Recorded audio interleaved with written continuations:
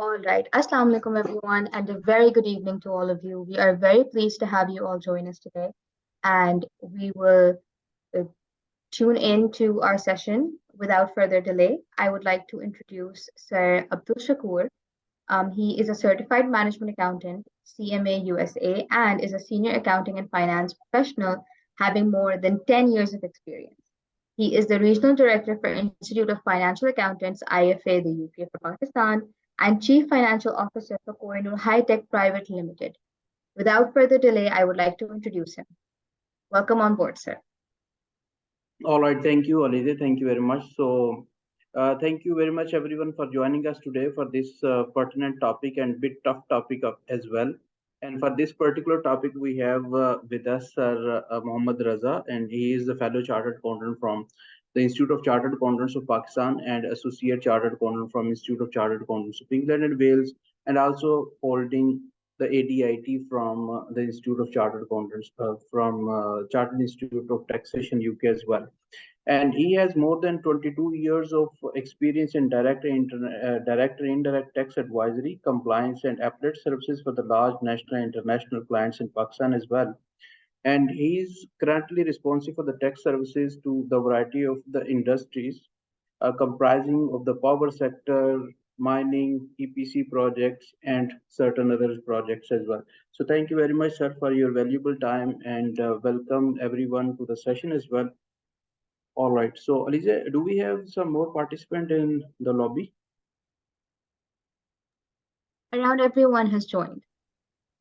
All right. So, can you please request everyone to please open their cameras so that we can have a group photo? All right. For those of you who can open their cameras, we would request you all to please do so that we can take a group photo with all of you.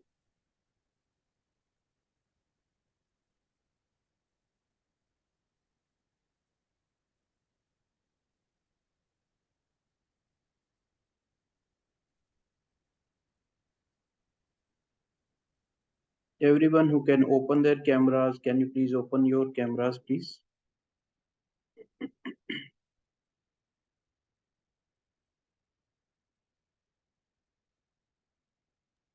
All right. Big smiles, everyone, for 3 seconds. Okay, so I believe some more cameras are being on. Right. Okay. Okay, go ahead, please.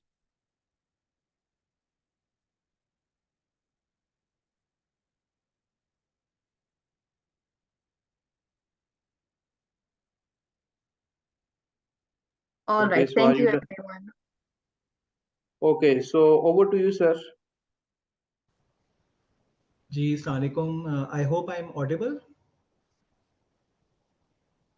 Yes, You sir, can we hear can me? hear you. Yes, we Thank can you. hear you. Let me try to share the screen because I need to Yes, run the please. presentation. Okay. Yes.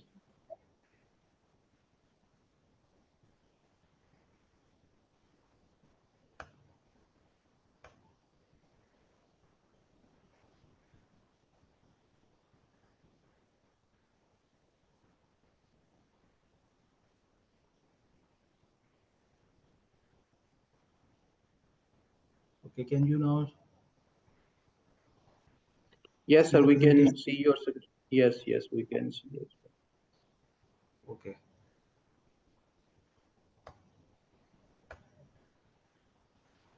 Sorry, just give me a minute.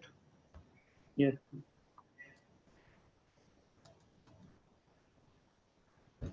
Okay. Now, the topic today is, as you have mentioned, it's a multilateral convention to implement tax treaty related measures to prevent base erosion and profit shifting. It's a long title, but in normal tax parlance, this instrument is called MLI. And my today's discussion would be to just give a summarized view on what is MLI, what is its context, and how it is relevant in the Pakistan context. So, for the purpose of this session, I have tried to cover my presentation into these 9 sections. In the first, because MLI has a nexus with the double tax treaties, so I just kept initial 3-4 small sections confined to give you the background as to how international taxation works. You know, what is the state's jurisdiction on international taxation, what is the historical background, and the structure and application of double tax treaties, and most importantly, what is this OECD project on base erosion and profit shifting, which is known as BEPS project. And from there, I'll try to link it with MLI along with its introduction and key features. I'll try to map MLI provisions with OECD model treaty and what BEPS action plans it intends to address. Then a brief overview of those BEPS action plans which are covered by MLI.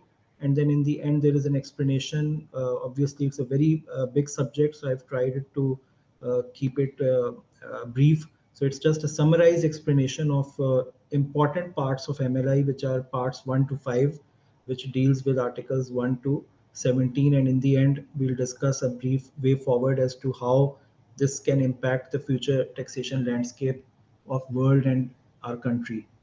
So just to start with, we first need to understand that when we talk about any state's jurisdiction on international taxation, when we talk about international tax, it's not something which is one book or one a textbook which can address that subject. But whenever we talk about international tax, it's a body of legal provisions of different countries dealing with taxation aspects of cross-border transactions. Whenever there are cross-border transactions, obviously a transaction originates from one country and it is being undertaken with another country, or there can be multiple countries involved.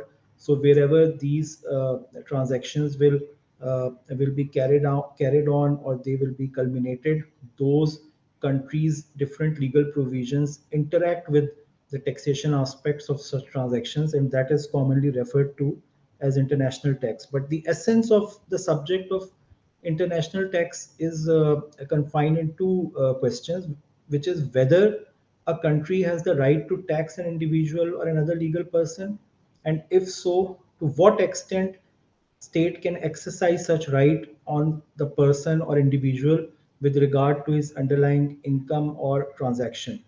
But as such, there is no international tax system, and therefore reference in all cases have to be made to the domestic law of a particular country, along with the international double tax treaties which such country has signed with other countries. And therefore, in this context, the question is that what actually determines the right of a country to levy tax on a person, and what connection, if any, need to be between taxpayer and the taxing authority. So in the context of states sovereignty, there are two things, which is enforcement jurisdiction, and the other is political allegiance. That when we talk about enforcement jurisdiction, this is a practical subject, that a state generally has a power over a certain territory. If we talk about Pakistan, it has power over the territory which is called Pakistan, which comprises of different provinces, different areas as defined in the constitution. So it has an enforcement jurisdiction over the area or a territory which constitutes Pakistan. And then it has a political allegiance or a nexus with certain persons or subjects, like citizens of Pakistan, or persons who are doing some business over here, who has some presence over here. So these are the two theories which govern the state's sovereignty with regard to international taxation. And eventually, one has to then confine to taxable subjects and objects, that there has to be some sort of connection with the imposing state, otherwise it becomes extraterritorial. So when we talk about states territorial limitation or territorial powers over a subject, one has to keep some kind of a nexus or attachment with that territory. So when we that is how internationally states, or the this international taxation subject has evolved around the concepts of two things. One is called residence and the other is called source.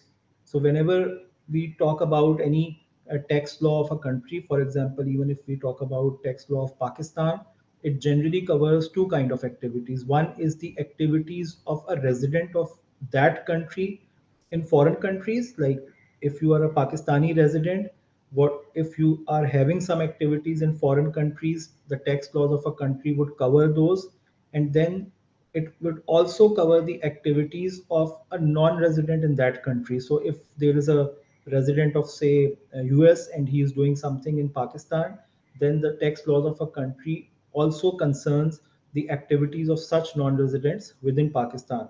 When we talk about Pakistani tax law, generally the tax incidence on residents of Pakistan is based on both local and foreign source incomes, which is known as the concept of worldwide income, and whereas non-residents are only taxable on Pakistan sourced income. In our tax laws, section 101 is the primary law which lays down rules for determination of geographical source of different incomes.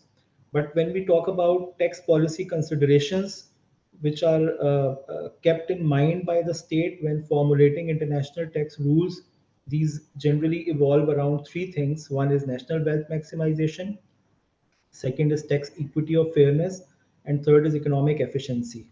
But they say that when we talk about developing economies like Pakistan, their primary focus should be on economic efficiency, because that could lead to the other two aspects. And the last but not the least, it's important that whatever international tax policies a country is following, those need to be compatible with those of other countries, because it's a, we are living in a globalized world where taxpayers have a uh, choice to opt for any particular country because of the harsher policies. They may not come for investments in that country. We are looking at it in the context of our country right now, that the FDI is not coming because of some economic consideration, and there are certain harsher policies which are also affecting it. And similarly, people who are living here, they are also encouraged to invest abroad if the policies of this country are not compatible with those of the other countries. Now, just to briefly touch upon the subject of double taxation and historical Sorry, sir. background of, sorry, can you hear me? Yes yes I can hear you. कुछ कुछ messages आ रहे थे chat window में कि sir Urdu में समझा दें, okay, तो ठीक है। कह रहे हैं इंग्लिश ज्यादा हो गई। सही है, सही है, कोई मसला नहीं। अच्छा, जब हम डबल टैक्सेशन और डबल टैक्स ट्रीटीज के हिस्टोरिकल बैकग्राउंड का तस्करा करते हैं, तो इसमें जैसे मैंने पहले बताया कि कुछ स्टेट्स का जो टैक्सेशन का प्रिंसिपल होता है वो वर्ल्ड वाइड इनकम बेसिस पर होता है, जिसमें वो अपने रेजिडेंट्स को बोथ लोकल और फॉरेन सोर्स इनकम की बेसिस पे टैक्स करते हैं।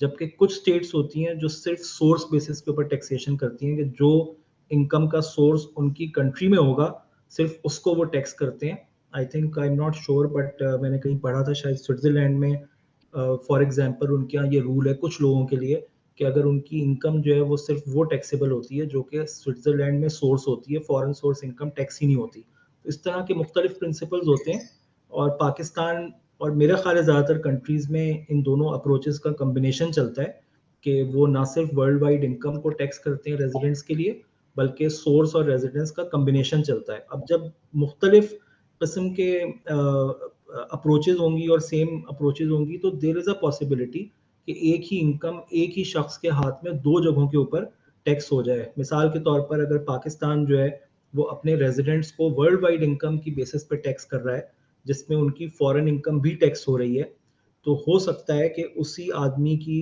फॉरेन इनकम उस कंट्री में भी टैक्स हो रही हो बिकॉज ऑफ सोर्स रूल। तो इस सूरत में वो इनकम चूंकि डबल टैक्स होती है और एक आदमी के हाथ में होती है, इसको इंटरनेशनल टैक्स की लैंग्वेज में जुरिडिकल डबल टैक्सेशन कहते हैं, जिसमें एक आदमी के हाथ में एक ही इनकम जो है वो दो दफ़ा टैक्स हो रही होती है। तो इंटरनेशनल टैक्स पॉलिसी मेकर्स ने इसको काफ़ी इस पर गौर ख्वास किया, और उन्होंने कहा कि ये जो डबल टैक्सेशन है ये काउंटर प्रोडक्टिव होती है और इससे इंटरनेशनल ट्रेड को नुकसान पहुंचता है, इसलिए डबल टैक्सेशन जो है वो अवॉइड करनी चाहिए। ठीक है, लीगली हर स्टेट का अपना अपना राइट है, वो अपने हिसाब से टैक्स कर सकता है, लेकिन जहां इंटरनेशनल ट्रेडिंग को या क्रॉस बॉर्डर बिजनेस को इनकरेज करने की बात आती है, तो उसके अंदर डबल टैक्सेशन जो है वो एक बहुत इंपॉर्टेंट फैक्टर है जो कि काउंटर प्रोडक्टिव हो सकता है। इसके लिए कुछ जगहों पर ये होता है कि जो आपके डोमेस्टिक टैक्स लॉज होते हैं, जैसे इनकम टैक्स ऑर्डिनेंस जो हमारे मुल्क का है, उसमें एक सेक्शन 103 मौजूद है जो यूनिलेटरल रिलीफ देता है, यानी कोई भी पाकिस्तानी रेजिडेंट अगर उसकी कोई इनकम बाहर की किसी कंट्री में टैक्स हो जाती है, इररिस्पेक्टिव ऑफ के उस मुल्क के साथ हमारी डबल टैक्स ट्रीटी है कि नहीं है, एक फार्मूला है जिसके तहत आपको उसका रिलीफ मिलता है कि वो इनकम जो कि दोनों जगहों पे टैक्स हो गई उसको यूनिलेटरल रिलीफ करते हैं। लेकिन जो ज़्यादा कॉमन तरीका है डबल टैक्सेशन को अवॉइड करने का, वो डबल टैक्स ट्रीटीज़ के थ्रू होता है, जिसमें 2 या 2 से ज़्यादा स्टेट्स जो हैं वो आपस में एग्रीमेंट करती हैं और एक इंटरनेशनल एग्रीमेंट होता है जिसको डबल टैक्स ट्रीटी कहते हैं। वैसे तो उसका बड़ा लंबा सा नाम है, convention for the avoidance of double taxation treaty and prevention of fiscal evasion, एक नॉर्मली उसका नाम रखा जाता है, लेकिन आम इस्तेलाह में उसको हम डबल टैक्स ट्रीटी कहते हैं। और उस डबल टैक्स ट्रीटी का भी मकसद यही होता है कि जिस हद तक पॉसिबल हो डबल टैक्सेशन अराइज ही ना हो किसी इनकम की, तो स्टेट्स बैठ के तय कर लें कि अगर कोई क्रॉस बॉर्डर ट्रेड होगी तो उसकी टैक्सेशन राइट्स कहाँ पर होंगे किस इनकम के, और अगर हो तो वो किसी तरह से एलिमिनेट हो जाए। तो अगर हम डबल टैक्स ट्रीटीज़ की हिस्टोरिकल पर्सपेक्टिव में जाए, मैं बहुत तफसील में नहीं जाऊँगा, मैंने यहाँ पर लिखा हुआ है। स्टार्ट तो 1889 से हुआ था, पहली ट्रीटी तारीख में प्रशा और ऑस्ट्रिया हंगरी की थी। उसके बाद फिर सही मानों में जो सीरियस काम हुआ वो वर्ल्ड वॉर 1 के बाद हुआ, जब लीग ऑफ नेशंस बनी। उन्होंने 1920 से 1935 तक इसके ऊपर काफ़ी काम किया, और फिर एक फाइनली जो पहला ड्राफ्ट आया था वो 1928 में आया था, 1928 का एक ड्राफ्ट कहते हैं, जो पहला डबल टैक्स ट्रीटी का था। बट लेटर ऑन मुख्तलिफ काम होता है, लेकिन जो सही मानों में फाइनली जो जिसको आप सही सीरियस ड्राफ्ट कहते हैं, वो सेकेंड वर्ल्ड वॉर के बाद OECD जो डेवलपिंग इकोनॉमीज की ऑर्गेनाइजेशन है, उन्होंने ये ड्राफ्ट डेवलप किया जो 1963 का मॉडल कहलाता है।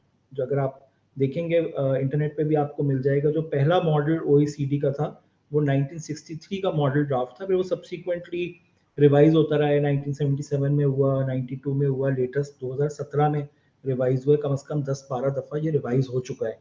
बट चूंकि OECD प्राइमरीली डेवलप्ड इकोनॉमीज को रिप्रेजेंट करती थी, तो एक डिज़ायर हुई कि ये तो डेवलप्ड इकोनॉमीज के ज़्यादा राइट्स को प्रोटेक्ट कर रही है, what about business between developed and developing countries. तो उसके लिए यूनाइटेड नेशंस ने बेड़ा उठाया 1967 में, और उन्होंने कहा कि हम भी इसी काम को थोड़ा आगे बढ़ा के और अपना मॉडल एक डेवलप करते हैं जो डेवलप या डेवलपिंग कंट्रीज को मदद दे कि वो अपनी डबल टैक्स ट्रीटीज की नेगोशिएशन में इन मॉडल आर्टिकल्स को मद्देनजर रख सकें। तो उनका पहला ड्राफ्ट जो था वो 1980 में आया था, जिसके साथ बाकायदा उन्होंने एक मैनुअल भी इशू किया जिसमें लिखा हुआ है कि आपने जब नेगोशिएशन करनी होती है ट्रीटीज की, तो उसमें क्या क्या चीज़ें मद्देनजर रखनी होती हैं। और ये वर्जन फिर सब्सिक्वेंटली 99 में रिवाइज हुआ, 2001, 2003, और लेटेस्ट जो वर्जन है वो 2017 का है, जिसमें काफ़ी सारी चीज़ें कॉमन हैं। जब आप कंपेयर करेंगे तो UN और OECD के मॉडल्स में बहुत ज़्यादा फ़र्क नहीं है, तकरीबन आर्टिकल्स भी एक जैसे हैं। कुछ जगहों पर बहरहाल फ़र्क है कि उन्होंने थोड़ा सा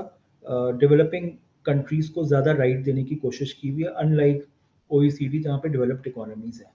तो ब्रॉडली स्पीकिंग अगर हम स्ट्रक्चर या डबल टैक्स ट्रीटीज़ के उसको देखें, तो दोनों UN और OECD की जो मॉडल डबल टैक्स ट्रीटीज़ हैं उसके आमतौर पे 7 चैप्टर्स होते हैं। मैंने उसको इस तरह से डिवाइड कर दिया है। जो पहले 2 चैप्टर्स होते हैं वो प्रीएम्बल के होते हैं, उसमें डेफिनेशंस होती हैं। जो मोस्ट इंपॉर्टेंट चैप्टर होता है वो चैप्टर 3 होता है, जिसमें मुख्तलिफ आर्टिकल्स होते हैं। आई थिंक 6 से लेकर और तकरीबन 13 तक होता है, जिसमें business income, fee for technical services, interest, dividend, royalty, इन सब के डिस्ट्रीब्यूटिव रूल्स होते हैं कि अगर एक कंट्री का रेजिडेंट किसी दूसरी कंट्री में इन इनकम्स को डिराइव करेगा तो उनकी टैक्सेबिलिटी कैसे होगी, और दोनों स्टेट्स कैसे डिटरमिन करेंगे कि किसकी इनकम कहाँ पर और कितनी टैक्स होनी चाहिए। कुछ जगहों पर लिमिटेड डबल टैक्सेशन अलाउड भी होती है, जैसे ये जो फी फॉर टेक्निकल सर्विसेज वगैरह हैं, इसमें जो दूसरी कंट्री होती है वो कभी कभी एक लिमिटेड राइट रखती है कि ठीक है डबल टैक्स हो तो सकता है बट सोर्स स्टेट में इस रेट से ज़्यादा नहीं होगा। फिर एक चैप्टर 4 है जो कि पर्टिकुलरली कैपिटल गेन्स को डील करता है। हमारे यहाँ तो जो कानून है उसमें इनकम टैक्स में ही कैपिटल गेन्स कवर्ड है, बट बहुत सारी कंट्री ऐसी हैं, आई थिंक यूके में भी ऐसे है, कैपिटल गेन का एक अलग कानून होता है और वो आमतौर पे इनकम से मुख्तलिफ होता है। इसलिए चैप्टर 4 जो कैपिटल गेन का है अलग रखा हुआ है, और बहुत सारी जगहों पर इसीलिए वो उसको taxes on income and capital कहते हैं कि कैपिटल गेन्स की अलग प्रोविजंस होती हैं। बट बहरहाल अगर आप चैप्टर 3 और 4 को कंबाइन भी लेके पढ़ें तो it talks about distributive rules regarding various heads of income including capital gains। फिर उसके बाद एक चैप्टर होता है जिसमें आपको एग्जेम्पशन या क्रेडिट मेथड्स दिए हुए होते हैं कि डबल टैक्सेशन अगर हो भी जाए तो उसको एलिमिनेट किया कैसे किया जा सकता है। तो चैप्टर 6 होता है जिसमें non discrimination, mutual agreement procedure, exchange of information, इस तरह के मुख्तलिफ किस्म के आर्टिकल्स होते हैं। और लास्टली उसमें एंट्री इनटू फोर्स और टर्मिनेशन ऑफ द ट्रीटी के बारे में कि अगर आपने टर्मिनेट करना हो तो कैसे करना है, और उसकी जो एंट्री इनटू फोर्स प्रोविजंस हैं वो कैसे गवर्न करती हैं। जब when we talk about BEPS project, मैंने शुरू में बताया बेप्स जो है वो मुखफ़फ़ है base erosion and profit shifting का। और इसकी हिस्ट्री ये है कि जब 2008-2009 में फाइनेंशियल क्राइसिस आया है तो G20 कंट्रीज़ जो है वो अगेन जो टॉप डेवलपिंग इकोनॉमीज़ हैं, उन्होंने ये देखा और उनको ये नज़र आया कि हमारी एक वजह जो फाइनेंशियल क्राइसिस की है या जो स्टेट के रेवेन्यूज़ की इरोड होने की है वो टैक्स इवेजन और अवॉइडेंस है। और उनको लगा, उन्होंने काफ़ी इसके ऊपर रिसर्च की, OECD को भी साथ मिलाया और उन्होंने ये बाकायदा ये मुख्तलिफ चीज़ें आइडेंटिफाई की कि जो बेस इरोजन का मतलब ये है कि अगर किसी भी स्टेट की टैक्स बेस इरोड हो रही हो, उसके अंदर कमी हो रही हो, यानी जितना उनको टैक्स कलेक्ट करना चाहिए उससे कम वो टैक्स कलेक्ट कर पा रहे हैं।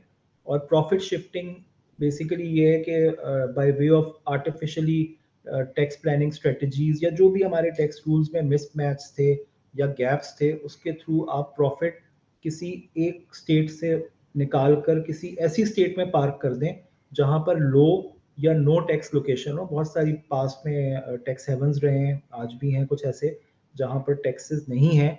तो जाहिर सी बात है जब आप इंटरनेशनल ट्रेड करते हैं और अगर आपको रूल्स इस तरह से अलाउ करते हो कि आप कहीं का प्रॉफिट कहीं पे पार्क कर सकें, तो हर बिजनेस का ऑब्जेक्टिव होता है कि वो अपनी टैक्स कॉस्ट कम करे ताकि उसका इवेंचुअल जो शेयर होल्डर वैल्यू है वो बढ़े।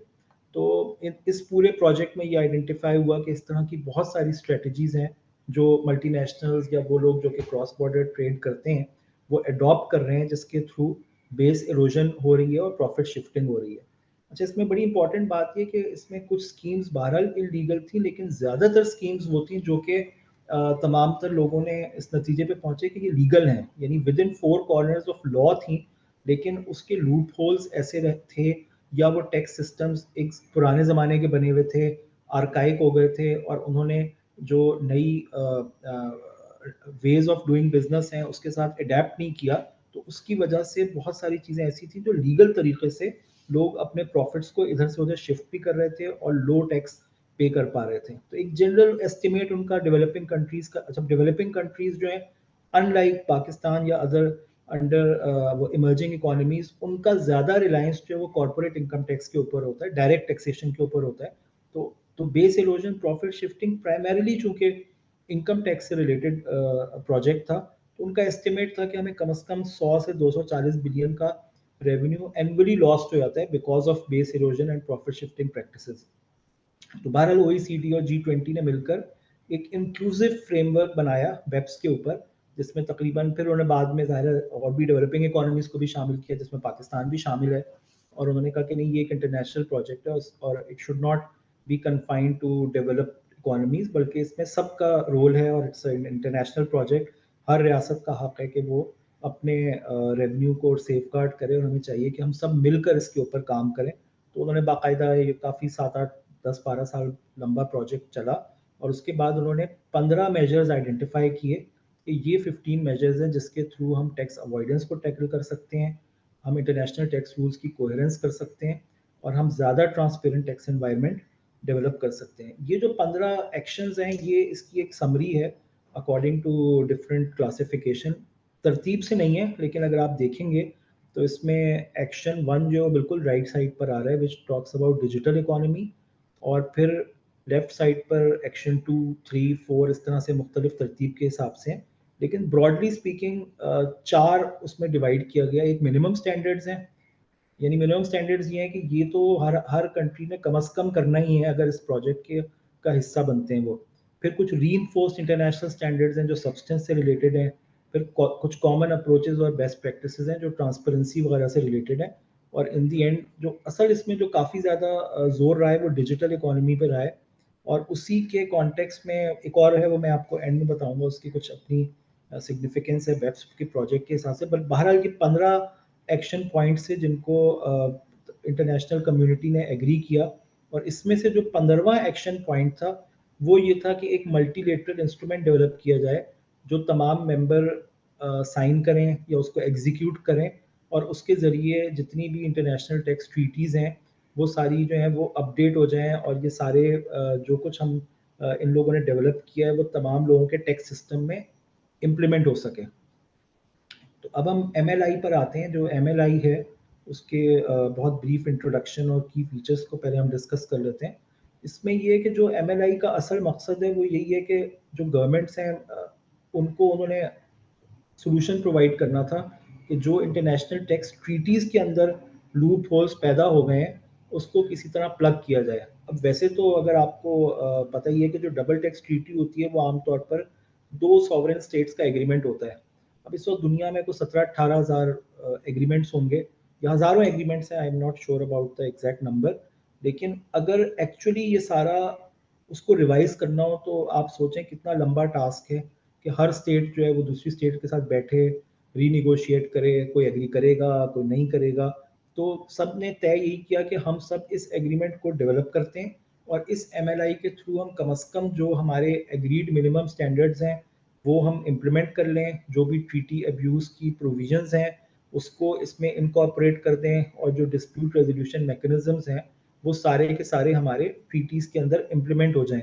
तो मल्टीलेटरल चूंकि लफ्ज़ से ही जाहिर है कि ये बायलेटरल 2 लोगों के दरमियान एग्रीमेंट नहीं है, बल्कि तकरीबन 135 से 140 कंट्रीज़ का एग्रीमेंट है, और कोशिश ये की गई है कि जो भी अमेंडमेंट्स हों वो सारी एक सिंक्रोनाइज मैनर में हो ताकि सबको पता हो कि इसका क्या मतलब है, बजाय इसके कि उसके अल्फाज पे इबहम हो या उसके कोई मतालिब व मानी के ऊपर कोई डिफरेंस ऑफ ओपिनियन हो।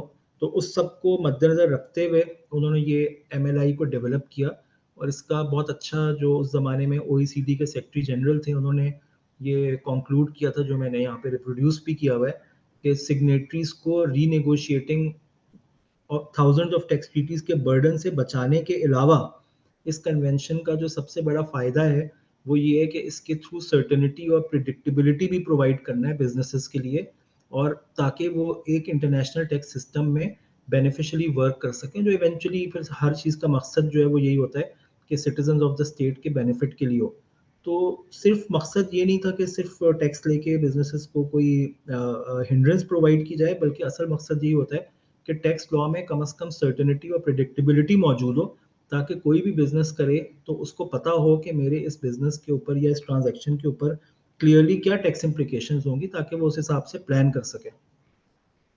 ये एक छोटा सा इसकी एक स्नैपशॉट है कि जो MLI 2013 से स्टार्ट हुआ था, और 2000 आज हम 2023 में, तो तकरीबन 10 साल में क्या क्या कुछ हुआ है। 2013 फरवरी में बेप्स प्रोजेक्ट स्टार्ट हुआ था, जिसमें ये रिपोर्ट आई थी, जिसके अंदर बेस इरोजन और प्रॉफिट शिफ्टिंग के ऊपर रिपोर्ट पब्लिश की गई थी, और उसमें मुख्तलिफ एक्शन प्लान्स रेकमेंड किए गए थे, जो मैंने अभी आपको पिछली स्लाइड में 15 एक्शन प्लान्स दिखाए हैं। उसके बाद OECD committee on fiscal affairs ने ये सबमिट की G20 कंट्रीज़ को, जिसमें 15 एक्शन आइडेंटिफाई हुए, और वो एंडोर्स हो गई, उन कंट्रीज़ ने इसको एंडोर्स किया कि ये बिल्कुल ठीक है, इस पर हमें एक्शन लेना चाहिए। उसके बाद फरवरी 2015 में MLI की नेगोशिएशंस स्टार्ट हुई। एक एक्शन 15 की इंटरिम रिपोर्ट थी, जिसकी बेसिस पर एक एडहॉक ग्रुप बना, उन्होंने एक मल्टीलेटरल इंस्ट्रूमेंट डेवलप करने की कोशिश की, और फरवरी 2015 में एंडोर्समेंट के बाद जो G20 के फाइनेंस मिनिस्टर्स थे और उनके सेंट्रल बैंक गवर्नर्स थे, उसके बाद उन्होंने इसको ओपन किया for participation of all interested countries on an equal footing. 2016 नवंबर में इस MLI और MLI के साथ एक एक्सप्लेनेटरी स्टेटमेंट भी है, जिसमें हर आर्टिकल के ऊपर एक एक्सप्लेनेशन है, वो सब अडॉप्ट हुआ 24 नवंबर 2016 में। उसके बाद जून 2017 में एक हाई लेवल साइनिंग सेरेमनी हुई पेरिस में, जिसमें तमाम तर कंट्रीज या जुरिस्डिक्शंस ने इसको साइन किया। उसके बाद से ये एक ऑन गोइंग प्रोसेस है, इसमें जो जुरिस्डिक्शंस रह गई थी वो ज्वाइन करती रहती हैं। 2017 के बाद से तकरीबन 25 जुरिस्डिक्शंस में ज्वाइन कर चुकी हैं, इसमें पाकिस्तान ऑलरेडी 2017 में शामिल था। फिर उसके बाद जो इसमें MLI में था ये कि बाहर एग्रीमेंट तो साइन हो गया था इतनी सारी कंट्रीज़ का, लेकिन इसमें रिक्वायरमेंट थी कि हर कंट्री ने अपने अपने जो लोकल लॉ है उसके हिसाब से इसका इम्प्लीमेंटेशन या इसकी रेटिफिकेशन का जो भी प्रोसेस है वो फॉलो करना है, और जब उसका वो फॉलो हो जाएगा उसके बाद वो इंस्ट्रूमेंट ऑफ रेटिफिकेशन इन्होंने एक डिपॉजिटरी बनाया हुआ था OECD का, उसके पास आप जमा करवाएंगे। उसके बाद से जो MLI की प्रोविजंस हैं वो लीगली इफेक्ट लेंगी। अगर आपको याद हो, आई थिंक 2021 में पहले हमारे यहाँ सेक्शन 107 में तरमीम की गई, उसमें एक एनेबलिंग प्रोविजन डाली गई जिसने फेडरल गवर्नमेंट को एम्पावर किया कि वो इस तरह की मल्टीलेटरल ट्रीटी साइन कर सके। और फिर उसके बाद उसका नोटिफिकेशन हुआ, तो जो भी हमारे यहाँ का लोकल प्रोसेस था उसका फेडरल गवर्नमेंट ने फॉलो किया, और उसके बाद इवेंचुअली ये प्रोविजंस 2021 में कहीं जाके नोटिफाई हुई, और उसके बाद से उसकी जो भी डेट है वो आगे एंट्री इनटू फोर्स की कुछ अलग प्रोविजंस हैं, फॉरन नहीं, 3 महीने के बाद से उसका इफेक्टिव डेट थी। तो टेक्निकली आज MLI पाकिस्तान के लिए इफेक्टिव हो चुका है। इसके बाद 2019 से ऑनवर्ड उन्होंने ज़ाहिर है वही जो उसमें कवर टैक्स एग्रीमेंट का कॉन्सेप्ट है, मैं आगे जाके बताऊंगा। लेकिन इसके बाद उन्होंने ये भी कहा कि जैसे जैसे ये MLI की वजह से रिस्पेक्टिव ट्रीटीज अपडेट होती जाएंगी, यानी उनमें जो भी अमेंडमेंट्स होंगी, तो उसकी बेसिस पर सिंथेसाइज टेक्स्ट डेवलप करने का हर स्टेट को जिम्मेदारी दी गई कि वो अपनी ट्रीटीज के टेक्स्ट को सिंथेसाइज करें, जिसमें ओरिजिनल टेक्स्ट भी आ रहा होगा और जो कुछ MLI की वजह से उसमें चेंजेस आई हैं वो भी शामिल होगा, और उसके साथ अगर कोई एक्सप्लेनेटरी इन्फॉर्मेशन देनी है तो वो भी देनी होगी। इसको मैं आगे थोड़ा तफसील से बताता हूँ। और 2019 से ऑनवर्ड मतलब कॉन्फ्रेंस उनकी होती रहती हैं, मुख्तलिफ मीटिंग्स, जिसके अंदर वो इस प्रोजेक्ट को देखते रहते हैं कि इस पर क्या क्या डेवलपमेंट है। इसके अलावा ज़ाहिर है जैसे जैसे डबल टैक्स ट्रीटीज़ आ रही हैं उसका स्कोप भी एक्सपेंड हो रहा है, बहुत सारे लोग इसको ज्वाइन भी करना चाहते हैं। इस वक्त जिस तरह इसमें लिखा हुआ है कि तकरीबन 1850 बायलेटरल टैक्स ट्रीटीज़ हैं जो एज ऑफ अक्टूबर 2022 MLI का के थ्रू चेंज हुई हैं। अच्छा, जो MLI के की फीचर्स हैं उसमें ज़ाहिर है जुरिसडिक्शंस हैं बहुत सारी, तकरीबन 100 से ज़्यादा जुरिसडिक्शन। अगर आप इस पे इंफॉर्मेशन देखना चाहेंगे तो OECD की अपनी एक वेबसाइट है जिस पर बेप्स के ऊपर और MLI के अलग लिंक्स हैं जिस पर सारी इंफॉर्मेशन अवेलेबल है। वो आप इस प्रेजेंटेशन के बाद इसको देखेंगे तो शायद मज़ीद समझ आ जाए। लेकिन जो इस पर्टिकुलर प्रेजेंटेशन के लिए इम्पॉर्टेंट है वो ये सेकेंड पार्ट है जो मेजर्स इंक्लूडेड है, कि प्राइमरीली जो MLI का मकसद था वो कुछ 4 बेप्स के एक्शन पॉइंट्स थे जिनको उन्होंने एड्रेस करने की कोशिश की। एक एक्शन 2 है which is hybrid mismatch arrangements, ये मैं अभी तफसील में आपको बताता हूँ चारों एक्शंस क्या थे। दूसरा ट्रीटी अब्यूज़ है जो एक्शन 6 है। उसके अलावा strengthening of definition of permanent establishment, ये एक्शन 7 था। और एक्शन 14 था measures to make mutual agreement procedure more effective including provisions on MAP arbitration. तो प्राइमरीली जो आपका MLI है वो इन 4 बेप्स एक्शन के इर्द गिर्द घूमता है, और अभी हम अगली स्लाइड्स में इसको ब्रीफली डिस्कस करेंगे कि आखिर ये 4 एक्शन पॉइंट्स थे क्या जिसकी वजह से MLI का डॉक्यूमेंट डेवलप करना पड़ा। बाकी इसमें एक फ्लेक्सिबिलिटी उन्होंने रखी है, कुछ मिनिमम स्टैंडर्ड्स हैं जो हर कंट्री को हर हालत में फॉलो करने हैं, और कुछ ऐसे हैं जो कि ऑप्शनल दिए हैं कि अगर कंट्री चाहे तो ऑप्ट इन कर सकती है, चाहे तो ना करे। कुछ पर रिजर्वेशंस हैं और पाकिस्तान की कुछ चीज़ों पर रिजर्वेशंस रही हैं, वो भी हम आगे डिस्कस करेंगे। तो आई टेल यू कि कौन कौन से पॉइंट्स हैं जहाँ पर उन्होंने उसको ऑप्ट इन नहीं किया या किसी वजह से उसको अप्लाई नहीं किया। फिर ट्रांसपेरेंसी लैंग्वेज का एंड में, हमारे यहाँ तो इंग्लिश लैंग्वेज है, हमें इतना मसला नहीं, लेकिन बाकी ज़्यादा यूरोपियन कंट्रीज़ वगैरह में उनकी इंग्लिश लैंग्वेज नहीं है, लेकिन जो ऑथेंटिक टेक्स्ट हैं वो इंग्लिश और फ्रेंच के हैं।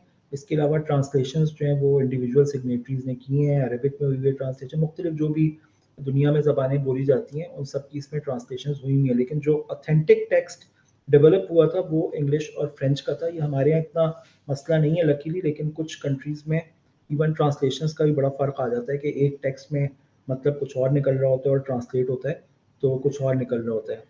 अच्छा, फिर मैंने कोशिश की है इस सेक्शन में कि जो MLI के आर्टिकल्स हैं उसको मैं मैप करूं कि आखिर वो OECD की जो मॉडल कन्वेंशन है उसके किन किन आर्टिकल्स के साथ उसका लिंकेज है, और बेप्स के कौन कौन से एक्शन प्लान को वो कवर करते हैं। तो इसमें अगर आप देखेंगे तो जो पहला कॉलम है उसमें MLI के आर्टिकल रेफरेंस है। सेकंड कॉलम में OECD की मॉडल ट्रीटी का आर्टिकल रेफरेंस है, और थर्ड में बेप्स का वो रेलेवेंट एक्शन प्लान का नंबर है जिसको वो एड्रेस करता है। इसमें जो it's just a brief summary. Part 1 जो है वो scope and interpretation of the terms का है, जिसके 2 आर्टिकल हैं, स्कोप है, इंटरप्रिटेशन है।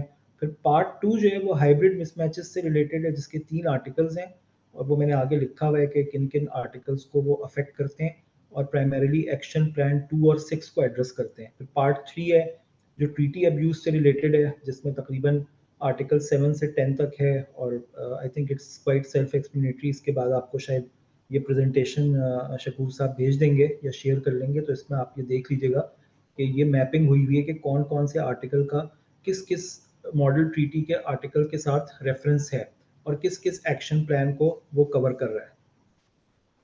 अच्छा, इसमें अभी जैसे हमने बताया कि जो MLI है वो प्राइमरीली 4 वेब्स के एक्शन प्लान्स को कवर कर रही है, तो हमने उन 4 एक्शन प्लान्स को भी समझना है कि आखिर वो थे क्या जिसको कवर करने के लिए ये MLI आया है। तो पहला जो इम्पोर्टेंट है वो है action plan 2, which talks about neutralizing the effects of hybrid mismatch arrangement। अब ये बड़ा मुश्किल सा लफ्ज़ है और शायद बहुत सारे लोग सोच रहे हो, मैं भी सोच रहा था पता नहीं क्या चीज़ है हाइब्रिड मिसमैच अरेंजमेंट्स। लेकिन इसमें देखिए होता ये है कि बहुत सारी कंट्रीज़ में कुछ जगहों पर ऐसा होता है कि एक चीज़ या एंटिटी की अगर हम बात करें, एक ही एंटिटी किसी एक कंट्री में कुछ और ट्रीट होती है और दूसरी कंट्री में कुछ और समझी जाती है। सबसे कॉमन मिसाल है पार्टनरशिप की, कि कुछ पार्टनरशिप्स ऐसी होती हैं जो अपने मुल्क के कानून के हिसाब से पार्टनरशिप ही तस्वुर होती हैं, लेकिन वही पार्टनरशिप अगर पाकिस्तानी लॉ में देखें तो किसी वजह से कंपनी बन सकती है। जैसे हमारे यहाँ ट्रस्ट है कि हमारे लोकल लॉ में ट्रस्ट जो है वो कंपनी ट्रीट होता है, बाहर के लॉज जो है ट्रस्ट को कोई एंटिटी रिकॉग्नाइज ही नहीं करते। तो इस तरह के जो मिसमैचेस होते हैं इसको इंटरनेशनल टैक्स में एक्सप्लॉइट करके उससे या तो double non taxation avoid achieve की जाती थी। डबल नॉन टैक्सेशन का मतलब है कि ना वो उस कंट्री में टैक्स हुआ ना इस कंट्री में टैक्स हुआ, या किसी तरह से उसको लॉन्ग टर्म डेफरल कर दिया जाता था टैक्स का, कि वो टैक्स की पेमेंट जो है वो शॉर्ट टर्म में अराइज ही ना हो। तो इस तरह की नॉर्मली जो हाइब्रिड मिसमैच अरेंजमेंट्स थी वो वाइड स्प्रेड थी और उसकी वजह से टैक्सेबल बेसिस में सब्सटेंशियल इरोजन हो रहा था। तो जाहिर सी बात है उसकी वजह से एक नेगेटिव इम्पैक्ट आ रहा था। इसमें प्राइमरीली इंस्ट्रूमेंट्स का भी एक फ़र्क होता है, बैंकिंग में पर्टिकुलरली होता है या फाइनेंशियल इंस्ट्रूमेंट्स में ज़रूर होता है कि एक जगह पे वो डेट ट्रीट हो रहा होता है, एक जगह पे इक्विटी ट्रीट हो रहा होता है और उसकी वजह से ट्रीटमेंट टैक्स की मुख्तलिफ हो जाती है। तो बहरहाल बेप्स एक्शन 2 की रिकमेंडेशन ये थी कि इस तरह के जितने भी मिसमैचेस हैं जो कि different tax treatment of entities या फाइनेंशियल इंस्ट्रूमेंट्स की वजह से अराइज होते हैं, या इवन कुछ जगहों पे ब्रांच स्ट्रक्चर्स को यूज़ किया जाता है to gain benefit of tax treatment, जो कि ब्रांच और सब्सिडरी की भी ट्रीटमेंट अक्सर जगहों पे मुख्तलिफ हो जाती है। तो उस तरह के कुछ उन्होंने एवेन्यूज़ आइडेंटिफाई की और उसको उन्होंने कहा कि इसको प्लग करने के लिए हमें MLI के थ्रू कुछ अमेंडमेंट्स करनी चाहिए। दूसरा जो एक्शन प्लान है, एक्शन प्लान 6 है, which is prevention of tax treaty abuse.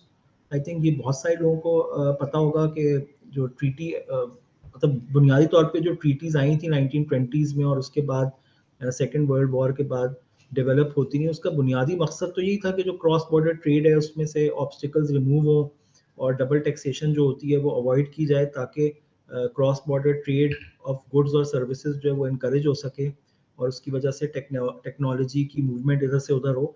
और वो पर्पस काफ़ी हद तक अचीव किया गया, इस पे कोई दो राय नहीं है कि इन एग्रीमेंट्स की वजह से बहुत सारे फ़वाइद हुए, but at the same time इन्हीं ट्रीटीज़ की वजह से ट्रीटी अब्यूज़ और जिसको हम कहते हैं ट्रीटी शॉपिंग की अरेंजमेंट्स भी मार्ज़े वजूद में आई, कि बहुत सारे लोग जो किसी डबल टैक्स ट्रीटी का बेनिफिट जिनको नहीं मिलना चाहिए था, वो उसको अवेल करने के लिए कुछ भी कर सकते थे। मैं मिसाल देता हूँ, मिसाल के तौर पर एक आदमी जो था वो US का टैक्स रेजिडेंट था, मैं एक मिसाल के तौर पर बात कर रहा हूँ। उसकी डबल टैक्स ट्रीटी जो पाकिस्तान के साथ थी उसमें कोई बेनिफिट नहीं था। फर्ज कर लेते हैं कैपिटल गेन की बात कर लेते हैं, US और पाकिस्तान की डबल टैक्स ट्रीटी में अपेरेंटली कैपिटल गेन के ऊपर कोई एग्जेम्पशन नहीं है।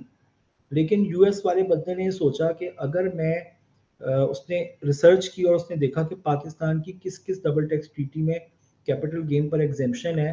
फॉर एग्जांपल उसने आइडेंटिफाई किया कि मॉरिशस की डबल टैक्स ट्रीटी जो है उसमें कैपिटल गेन की एग्जेम्पशन है, तो उसने रादर दैन कि वो डायरेक्टली इन्वेस्ट करता, उसने पहले मॉरिशस में एक एंटिटी बनाई और उस एंटिटी के थ्रू इन्वेस्ट किया और उस एग्जेम्पशन को अवेल कर लिया, जो शायद उसे एज ए US पर्सन ना होती। अब ये बड़ी कॉमन सी चीज़ है और हम सबको पता है जो लोग इंटरनेशनल टैक्स से डील करते हैं कि बहुत सारी मल्टीनेशनल्स हैं जिनकी जगह जगह मुख्तलिफ सब्सिडरीज होती हैं।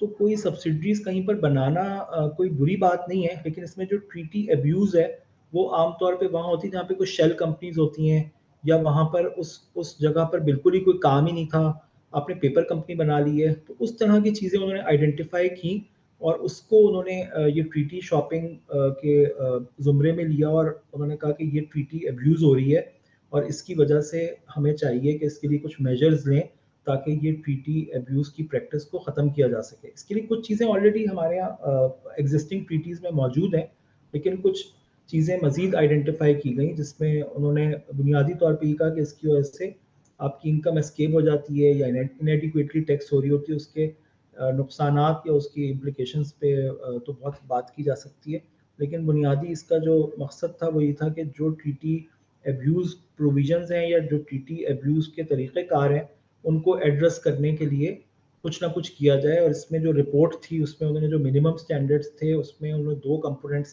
कहे थे कि आप कम से कम ये 2 चीज़ें ज़रूर करें। एक ये था कि जो उनका प्रीएम्बल होता है ट्रीटी का, उसमें आप ये लिखें कि ट्रीटी का मकसद जो है वो डबल नॉन टैक्सेशन नहीं है। मतलब अवॉइडेंस ऑफ डबल टैक्सेशन तो है, बट अक्सर जगहों पर ट्रीटी इस तरह से अप्लाई की जाती है या इस तरह से इंटरप्रेट की जाती है कि उसकी वजह से किसी की इनकम दोनों जगहों पे टैक्स नहीं हो रही होती। तो एक प्रीएम्बल का उन्होंने कहा और कुछ 3 मेथड उन्होंने आइडेंटिफाई किए जिसके थ्रू ट्रीटी शॉपिंग को अवॉइड किया जा सकता है। वो भी हम आगे एमएलआई के आर्टिकल्स में जाएँगे तो उन तीनों मेथड्स की बात करेंगे। फिर जो एक्शन 7 है वो परमानेंट एस्टेब्लिशमेंट के स्टेटस से ताल्लुक़ रखता है। जो लोग डबल टैक्स ट्रीटीज़ से आगाह हैं या जो इंटरनेशनल टैक्स की प्रोविजन से अवेयर हैं, उनको पता है कि जितने भी इंटरनेशनल टैक्स के रूल्स हैं वो परमानेंट एस्टेब्लिशमेंट के कॉन्सेप्ट के इर्द-गिर्द घूमते हैं। और परमानेंट एस्टेब्लिशमेंट का जो बुनियादी फ़लसफ़ा है वो ये कि अगर किसी एंटिटी की जो एक मुल्क का रेज़िडेंट है, उसकी दूसरी कंट्री में इतनी सब्सटेंशियल प्रेज़ेंस है, जिसे फिक्स प्लेस ऑफ बिज़नेस कहते हैं, और वो परमानेंट एस्टेब्लिशमेंट कॉन्स्टिट्यूट हो जाता है, तो उसकी वजह से उसके ऊपर टैक्सेशन राइट्स दूसरी स्टेट के कुछ बढ़ जाते हैं। इसलिए परमानेंट एस्टेब्लिशमेंट की जो डेफिनेशन है वो बहुत ही क्रूशल होती है और हर मेरा ख्याल है जितने भी हम में से लोग इंटरनेशनल टैक्स के मामलात देखते हैं, हर दूसरा सवाल हर नॉन रेजिडेंट का पाकिस्तान के साथ कोई भी ट्रांजैक्शन करने में पहला सवाल ये होता है कि ये करने में हमारी परमानेंट एस्टेब्लिशमेंट तो नहीं बन जाएगी। इसलिए कि उनको पता है कि the moment they make a permanent establishment उनका टैक्स इंसिडेंस और उनकी टैक्स इम्प्लिकेशंस बहुत फ़र्क हो सकती हैं। तो बहरहाल इसमें चूंकि परमानेंट एस्टेब्लिशमेंट के अंदर डेफिनेशंस हैं, उन डेफिनेशंस को वेब सेक्शन प्लान में देखा गया और ये देखा गया कि बहुत सारी कॉमन टैक्स अवॉइडेंस स्ट्रेटजीज हैं जो यूज़ होती हैं इस फॉर्म में कि टैक्स पेयर की किसी तरह से परमानेंट एस्टेब्लिशमेंट बने ही ना। जिसमें एक मिसाल के तौर पे उन्होंने एक आइडेंटिफाई किया कि लोगों ने अपनी सब्सिडरीज को डिस्ट्रीब्यूटर की जगह कमिश्नर अरेंजमेंट्स में कन्वर्ट कर लिया है। ये basically type of agency arrangement होती है। I will talk about it in future slides. But बहरहाल उनके जो रोल है उसको इस तरह से आर्टिफिशियली चेंज किया कि वो परमानेंट एस्टेब्लिशमेंट की डेफिनेशन से बाहर फॉल कर जाए। तो उन तमाम तर चीज़ों को इस एक्शन प्लान में देखा गया और उन्होंने कहा कि इसके लिए ज़रूरी है कि कुछ ना कुछ तदारुक करना चाहिए। इसी के साथ उन्होंने कुछ जो हमारी विद इन परमानेंट एस्टेब्लिशमेंट कुछ एक्सेप्शंस भी होती हैं कि जी अगर केस होगा तो परमानेंट एस्टेब्लिशमेंट नहीं बनेगी। मिसाल के तौर पर लाइजन ऑफिस का केस है जहाँ पे प्रेपरेटरी और ऑक्सिलरी नेचर की एक्टिविटीज़ हो रही होती हैं, या कुछ ऐसे एक्टिविटीज़ हैं जिनका लिखा होता है कि अगर ये इतने पीरियड के लिए होंगी तो पी बनेगी, इतने पीरियड से ज़्यादा हो गई तो पी नहीं बनेगी। तो इन तमाम तर चीज़ों को सरकमवेंट करने के मुख्तलिफ तरीक़े ईजाद हुए हुए थे और जो काफ़ी वाइडली इन प्रैक्टिस थे, उनको प्लग करने के लिए भी एक्शन प्लान 7 ने आइडेंटिफाई किया कि हमें परमानेंट एस्टेब्लिशमेंट की एक जेनेरिक डेफिनेशन में कुछ चीज़ें चेंज करनी चाहिए ताकि इस तरह के जो अब्यूज़ हो रहे हैं वो ख़त्म हो। इसमें आप सबको जो लोग लोकल लॉ से जिनको पता है उन्होंने देखा होगा कि जो सेक्शन 241 है जो परमानेंट एस्टेब्लिशमेंट की डेफिनेशन का है, उसमें पिछले 2-3 साल में काफ़ी अमेंडमेंट्स आई हैं जो डोमेस्टिक लॉ के कॉन्टेक्स्ट में, जिसमें यही तमाम तर चीज़ें डाली गई हैं। कोहेसिव बिजनेस का एक कॉन्सेप्ट है, एंटी फ्रेगमेंटेशन रूल्स हैं, यानी जिसमें आप क्लोजली रिलेटेड एंटरप्राइजेज जो हैं वो अपनी मुख्तलिफ एंटिटीज़ के थ्रू स्प्लिट अप करते हैं कॉन्ट्रैक्ट। यही तकरीबन वो तमाम तर चीज़ें जो एक्शन प्लान 7 में आइडेंटिफाई की गई थी, वही तकरीबन हमारे लोकल लॉ में भी काफ़ी हद तक उन्होंने कर दी हैं। फिर जो लास्ट एक्शन है जो एमएलआई ने इसको डील किया है वो म्यूचुअल एग्रीमेंट प्रोसीजर है। जो ट्रीटीज़ हैं उसके अंदर म्यूचुअल एग्रीमेंट प्रोसीजर्स होते हैं कि अगर दोनों स्टेट्स में किसी भी एक स्टेट का कोई ऐसा एक्शन या इंटरप्रिटेशन है जिसकी वजह से किसी एक स्टेट के रेजिडेंट को कोई ऐसी ट्रीटमेंट हो रही है जो कि ट्रीटी के हिसाब से नहीं थी, तो उसके पास इंडिपेंडेंट जो पाकिस्तान की या उस लॉ की जो लीगल रेमेडीज हैं उसके अलावा एक म्यूचुअल एग्रीमेंट प्रोसीजर का भी एक ऑप्शन होता है जिसके थ्रू वो अपनी कॉम्पिटेंट अथॉरिटी के पास जाता है और उनकी तवज्जो दिलाता है, मबजूल कराता है कि जनाब ये फलाना कंट्री है जो कि इस ट्रीटी को ऐसे इंटरप्रेट कर रही है कि ये ऑब्जेक्टिव अचीव नहीं हो रहा, फिर उसमें दोनों कॉन्ट्रैक्टिंग स्टेट्स की कॉम्पिटेंट अथॉरिटीज बैठकर उसको रिजॉल्व करती हैं। हमारे यहाँ अनफॉर्चुनेटली कभी रिजॉल्व नहीं हुआ, मेरे इल्म में नहीं, हमने एक आध दफ़ा ट्राई किया लेकिन अनफॉर्चुनेटली कभी फ्रूटफुल नहीं हुआ। लेकिन बहरहाल इसको मद्देनजर रखा गया और एक्शन प्लान 14 में इसको मजीद हमारे यहाँ कुछ ट्रीटीज़ में, ज़्यादा ट्रीटीज़ में मौजूद है, बहरहाल इंटरनेशनली बहुत सारी ट्रीटीज़ में शायद इसकी एक्सेस इतनी वाइडली अवेलेबल नहीं थी या इसकी इफेक्टिवनेस इतनी नहीं थी, कुछ टाइम फ्रेम भी नहीं लिखा हुआ था कि कब होगा, तो उसको इम्प्लीमेंट करने के लिए कुछ प्रोविजंस एक्शन प्लान 14 में सजेस्ट की गई। इसी तरह उसकी जो उन्होंने कुछ आइडेंटिफाई की, कुछ मिनिमम स्टैंडर्ड्स हैं, कुछ प्रैक्टिसेस हैं और उसमें बुनियादी तौर पे उन्होंने इन 4 की एरियाज़ को आइडेंटिफाई किया कि ये म्यूचुअल एग्रीमेंट प्रोसीजर्स जो हैं उसमें बुनियादी तौर पर तो ये कि डिस्प्यूट या राइज ना हो, फिर आपकी अवेलेबिलिटी और एक्सेस टू मैप अवेलेबल हो, रेजोल्यूशन ऑफ मैप केसेस हो और जो मैप एग्रीमेंट होता है उसकी इम्प्लीमेंटेशन भी हो। तो ये सब चीज़ें जो हैं वो एक्शन प्लान 14 का पार्ट था जो कि हमारे MLI उसको कवर करेगा। अब हम MLI पर आते हैं। MLI में सबसे पहले हम पार्ट 1, मैंने इसको 5 पार्ट्स में डिवाइड किया है। जो पहला पार्ट है वो scope and interpretation of terms का है, जो पार्ट 1 है, जिसके अंदर आर्टिकल्स 1 और 2 उसे डील करते हैं। और आर्टिकल्स 1 और 2 जो है उसमें बुनियादी तौर पर जो कॉन्सेप्ट है वो कवर टैक्स एग्रीमेंट और इंटरप्रिटेशन ऑफ टर्म्स का है। अगर हम पाकिस्तान की बात करें तो पाकिस्तान की 66 डबल टैक्स ट्रीटीज़ हैं जो MLI के अंदर इंक्लूडेड हैं और ये सारी की सारी ट्रीटीज़ जो हैं वो कवर टैक्स एग्रीमेंट का स्टेटस रखती हैं।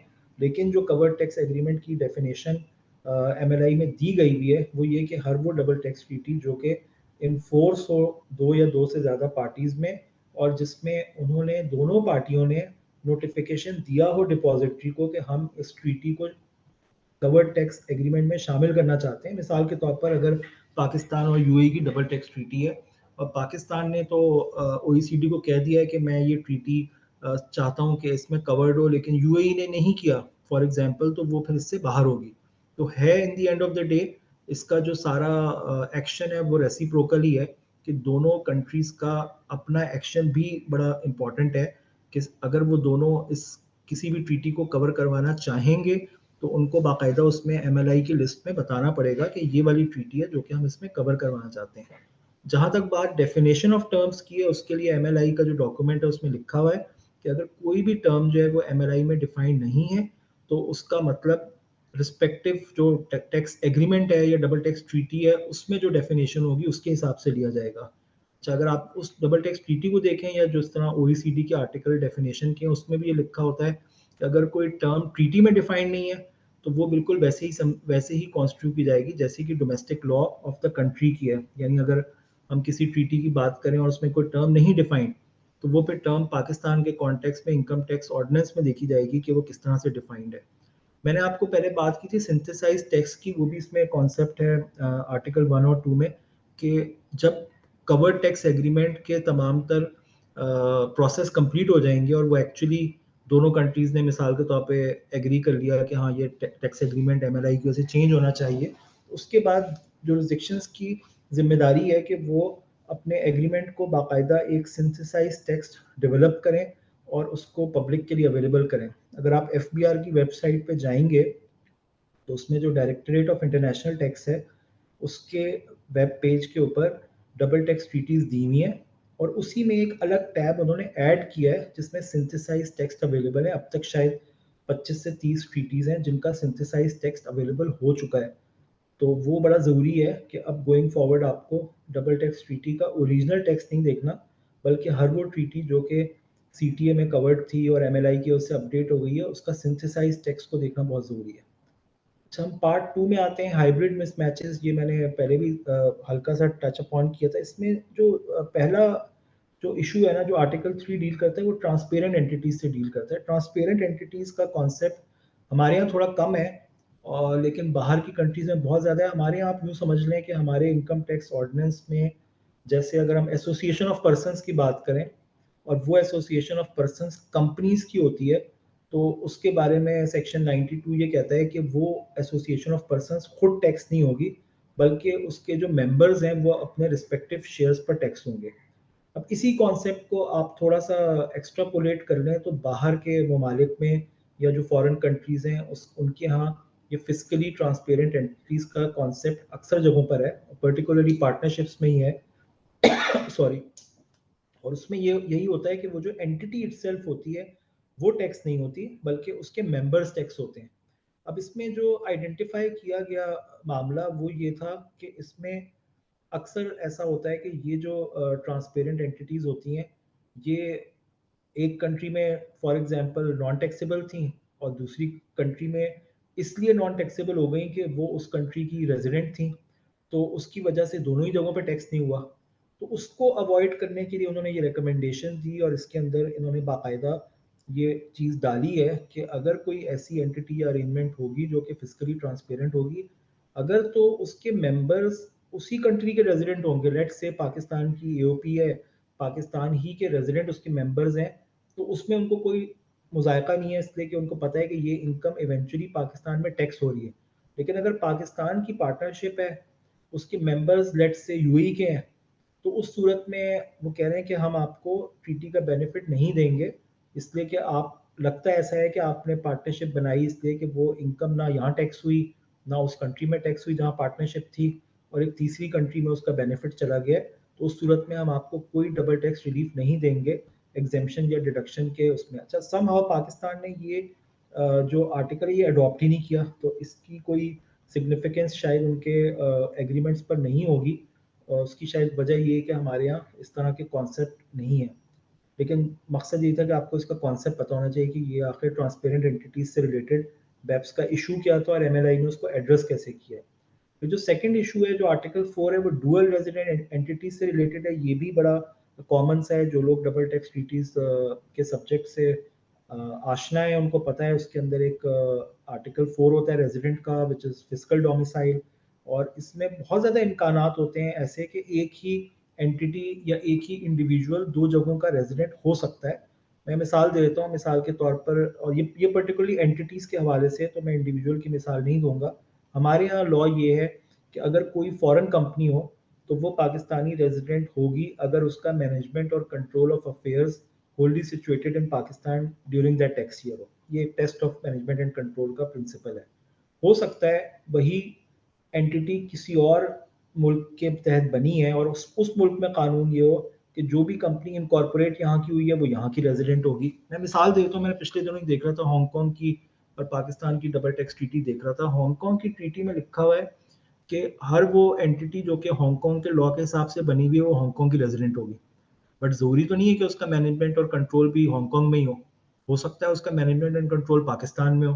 तो देयर इज अ पॉसिबिलिटी कि वो entity because of different rules in both countries वो दोनों जगहों की रेजिडेंट तस्वुर हो जाए। तो इस तरह की जो डुअल रेजिडेंस की सिचुएशंस होती हैं उसके लिए within double tax treaty tie breaking rules होते हैं, जिसमें वो कहते हैं पहले आप ये देखें, ये नहीं टेस्ट मीट होता तो ये देख लें, यूं देख लें। उसी में एक टेस्ट होता है जो बहुत ज़्यादा इफेक्टिव, जैसे आप कहते हैं, जिसको कहते हैं प्लेस ऑफ इफेक्टिव मैनेजमेंट। ये तकरीबन वैसे ही है जैसे हमारे यहाँ test of management and control है, लेकिन उसमें वो ये देखते हैं कि आप, ज़रूरी नहीं है कि सिर्फ प्लेस ऑफ इनकॉर्पोरेशन देखी जाए, बल्कि आपको देखना है कि उसकी इफेक्टिव मैनेजमेंट कहाँ है। लेकिन in the end of the day अगर कोई बिल्कुल ही झगड़ा पड़ जाए तो उसके लिए म्यूचुअल एग्रीमेंट प्रोसीजर का तरीक़ेकार है, कुछ ट्रीटीज़ में है कुछ ट्रीटीज़ में नहीं है। तो उन्होंने इसको इनकरेज किया है कि अगर कहीं पर डुअल रेजिडेंस का झगड़ा पड़े तो इट्स बेटर कि दोनों जगह की कॉम्पिटेंट अथॉरिटीज आपस में डिस्कस कर लें और उसको रिजॉल्व कर लें कि भाई इस एंटिटी की रेजिडेंस कहाँ है, बजाय इसके कि एक कंट्री जो है वो यूनिलेटरली डिसाइड करे कि नहीं मेरे हिसाब से ये कंट्री यहाँ की रेजिडेंट है या वहाँ की नहीं है।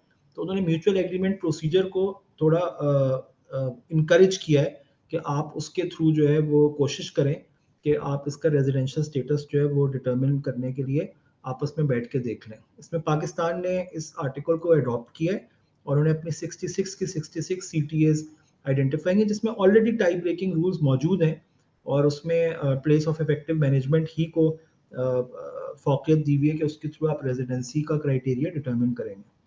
तो जो आर्टिकल 5 है वो एलिमिनेशन ऑफ डबल टैक्सेशन का है। इसमें मतलब उन्होंने एक सिचुएशन आइडेंटिफाई की कि देयर इज़ अ पॉसिबिलिटी कि एक डबल टैक्स ट्रीटी ये कहती है कि भाई ये इनकम जो है वो दूसरी जगह पर, मैं मिसाल दे देता हूँ कि मॉरिशस की मिसाल देता हूँ। मॉरिशस में लिखा हुआ है कि अगर कोई कैपिटल गेन्स मॉरिशस का टैक्स रेजिडेंट पाकिस्तान से कमाएगा तो वो सिर्फ मॉरिशस में ही टैक्स होगा।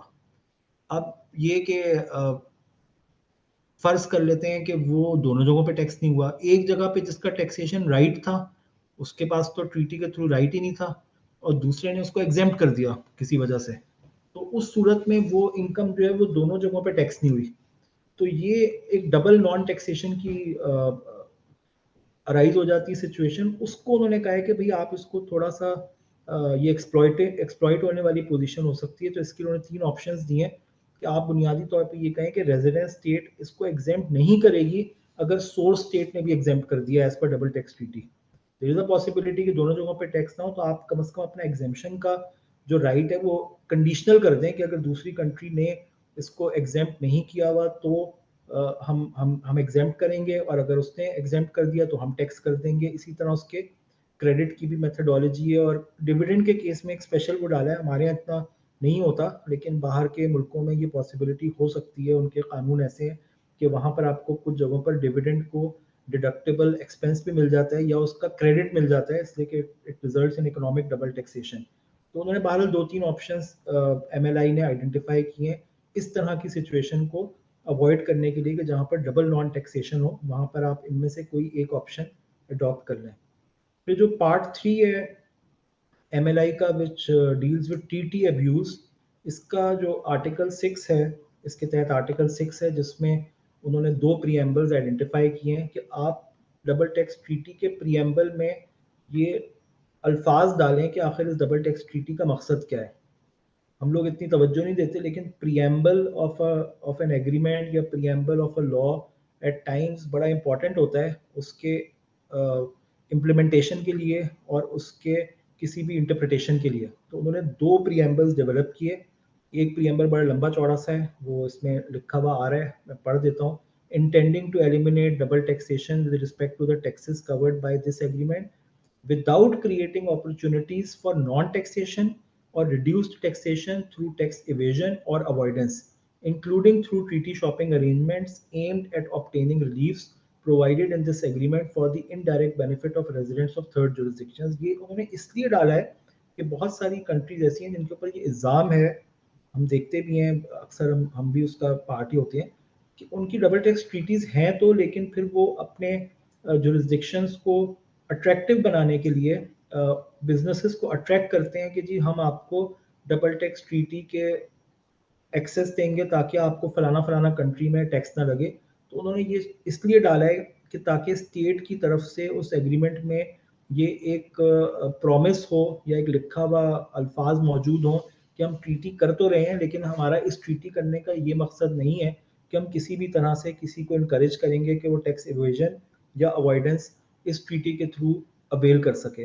फिर दूसरा जो सिंपल प्रीएम्बल है वो सिंपल है कि ट्रीटी का मकसद सिर्फ डबल टैक्सेशन को अवॉइड करना नहीं है बल्कि इसका मकसद इकोनॉमिक रिलेशनशिप और कॉपरेशन इन टैक्स मैटर्स को इन्हेंस करना भी है। पाकिस्तान ने बुनियादी तौर पे सेकंड जो ऑप्शन है जो सिंपल वाली है इसको अडॉप्ट किया है, जो कि जाहिर सी बात है रेसिप्रोकल अरेंजमेंट है। लेकिन जो MLI की कमेंट्रीज वगैरह उसमें लिखा है जो फर्स्ट ऑप्शन है वो बाय डिफॉल्ट ही अप्लाई हो जाती है, इसलिए कि अगर डबल टैक्स ट्रीटी का ये बेनिफिट ये पर्पस या प्रीएम्बल ना रखा जाए तो फिर MLI का मकसद फौत हो जाता है कि अगर आपने MLI या अपने एग्रीमेंट्स को इसलिए अमेंड ही नहीं किया कि आप ट्रीटी शॉपिंग और इस तरह की चीज़ों के लिए प्रॉमिस कर रही है स्टेट के लेवल पर कोई अंडरटेकिंग आ रही है तो इसका फिर कोई फ़ायदा नहीं होगा।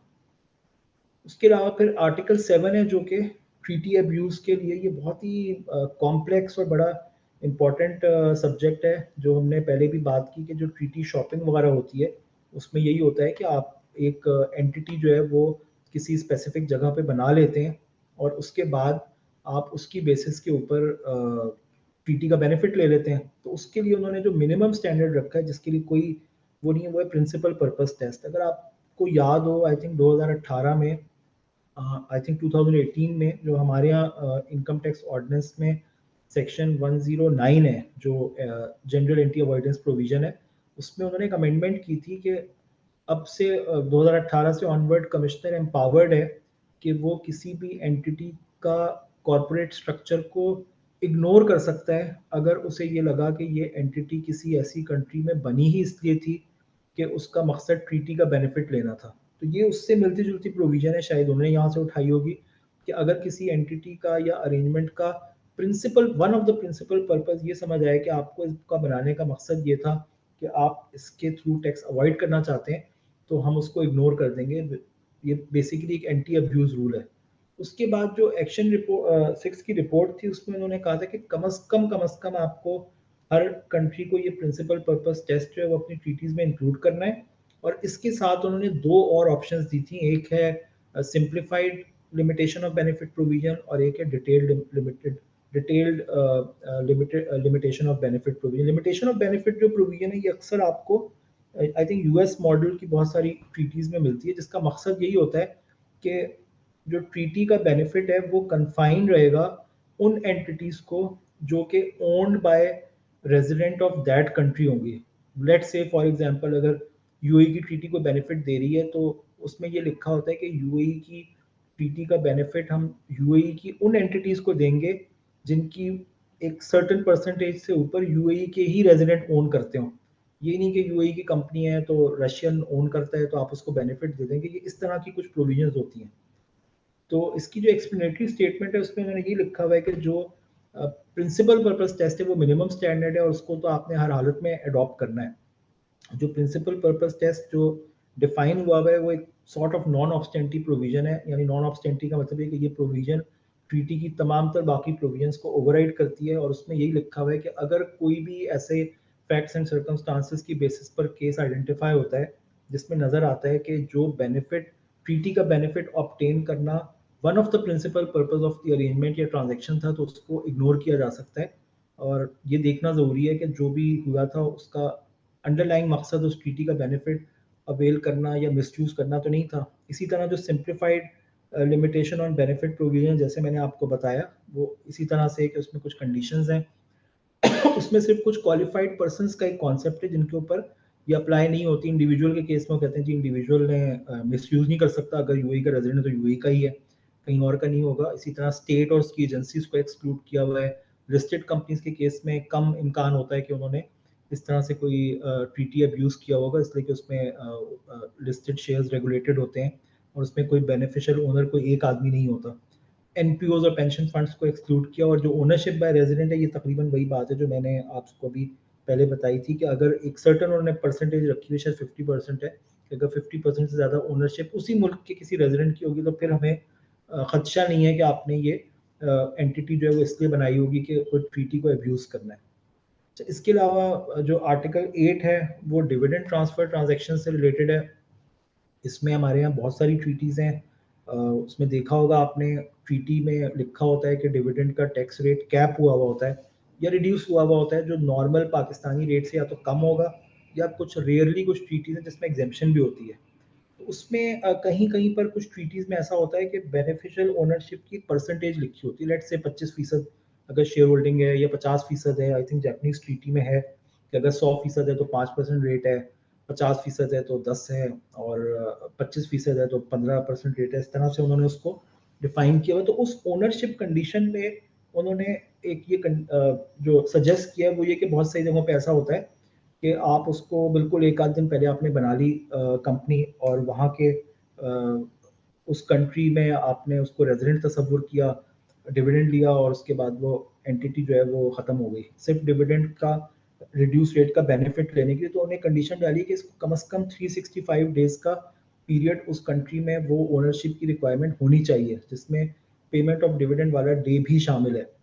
तो पाकिस्तान ने ये प्रोविजन अडॉप्ट की भी है और कोई तकरीबन 36 डबल टैक्स ट्रीटीज़ नोटिफाई की हैं जिस पर ये अप्लाई होगी, प्रोवाइडेड कि जो कॉरस्पॉन्डिंग कॉन्ट्रैक्टिंग जुरिसडिक्शन है वो भी यही नोटिफिकेशन दे। तो ये एक प्रोविजन है जो capital gains of real estate entity से रिलेटेड है, जो हमारे लोकल लॉ में भी है और बहुत सारी ट्रीटीज़ में भी ये लिखा होता है कि अगर आप एक तो बेसिक प्रिंसिपल होता है कि अगर आप कैपिटल गेन कमाएंगे किसी इमूवेबल प्रॉपर्टी से जो दूसरे स्टेट में सिचुएटेड है, तो उस स्टेट का राइट है कि वो उसको टैक्स कर सकता है। फिर एक ये भी लिखा होता है कि अगर आप किसी कंपनी के शेयर्स बेचेंगे जिस कंपनी के अंडरलाइंग एसेट्स जो हैं वो उस इमूवेबल प्रॉपर्टी के से वैल्यू डिराइव करते हैं, तो उस कंपनी को भी टैक्स कर दिया जाता है। उसमें आमतौर पे अक्सर जगहों पर थ्रेशोल्ड होता है कि अगर 50% या उससे ज़्यादा वैल्यू का तस्वुर होता है। इसमें इन्होंने आइडेंटिफाई ये किया कि बहुत सारी जगहों पे ऐसा होता था कि बिफोर दैट डिस्पोजल उस कंपनी को स्टफ कर देते थे इमूवेबल प्रॉपर्टी के अलावा कुछ एसेट्स ट्रांसफर करके, ताकि उसकी जो इमूवेबल प्रॉपर्टी की परसेंटेज है वो 50% से कम हो जाए और बाकी एसेट्स की वजह से वो उस थ्रेशोल्ड से बाहर निकल जाए। तो उसमें भी उन्होंने कंडीशन डाली है कि अगर जिस वक्त आप डिस्पोजल करेंगे उससे पीछे आगे 365 डेज के अंदर कभी भी अगर उसकी इमूवेबल प्रॉपर्टी की वैल्यू 50% से ऊपर रही होगी, तो हम तसव्वुर करेंगे कि ये कैपिटल गेन जो है वो उस रियल एस्टेट एंटिटी का उसी कंट्री में टैक्स होगा। तो ये भी एक एंटी अब्यूज प्रोविजन है जो एक पर्टिकुलर मेजर को प्रिवेंट करने के लिए आई है। फिर ये एक आर्टिकल 10 है जो anti abuse rule for permanent establishment in third jurisdiction. ये हमारे यहाँ जनरली केस जरा कम ही आते हैं, लेकिन बहुत सारी जगहों पे ऐसा होता है, इसको ट्रायंगुलर केसेस कहते हैं कि एक कंपनी है वो कहीं की रेजिडेंट है, उसकी पी एक सेकंड जगह पर है और थर्ड कंट्री से वो इनकम अर्न कर रहा है। तो उसमें अक्सर ऐसा होता है कि थर्ड कंट्री इसलिए टैक्स नहीं करती कि उस कंपनी की पी यहाँ पर नहीं है। अच्छा, जो सेकंड कंट्री है जहाँ पर पी है वो किसी और वजह से अगर टैक्स नहीं करती, तो ये इनकम बिल्कुल ही नॉन टैक्स तीनों जुरिसडिक्शन में से टैक्स से निकल जाती है, या उस पी वाली कंट्री में कोई रिड्यूस रेट ऑफ टैक्स होता है। तो उसको उन्होंने थोड़ा ये एंटी अब्यूज रूल डाला है कि हम इस तरह के केसेस में ट्रीटी जो है वो बेनिफिट नहीं देगी अगर पी वाली कंट्री का रेट जो है वो 60% से कम होगा, तो वो उसको उन्होंने कवर करने को। लेकिन इसमें एक एक्सेप्शन ये जरूर डाली है कि अगर वो पी वाली कंट्री का एक्चुअली जो है वहाँ पर कोई active conduct of a business होगा जिसका काम ही यही है, जिसके अंदर उन्होंने होल्डिंग और पैसिव एक्टिविटीज को निकाला हुआ है, तो फिर हमें कोई इतराज नहीं है। यानी वही बात है कि कोई पेपर कंपनी ना बनाई हुई हो या एक पेपर ब्रांच बना के वहाँ पर आपने परमानेंट एस्टेब्लिशमेंट बना दी है और उसकी वजह से आप उसका बेनिफिट डिराइव कर रहे हैं। इसमें पाकिस्तान ने कोई रिजर्वेशंस नहीं की। अब इसमें ये कि जो एमएलआई का डॉक्यूमेंट है उसमें आर्टिकल 10 में पाकिस्तान को कुछ लिखा हुआ ही नहीं है। अब लगता है ये कि उन्होंने कोई रिजर्वेशंस नहीं की, तो टेक्निकली उन्होंने इसको अडॉप्ट कर लिया। फिर जो आर्टिकल 11 है ये एक सेविंग क्लॉज होती है, ये इतनी कोई मेजर इसमें ऐसी कोई चेंज नहीं है।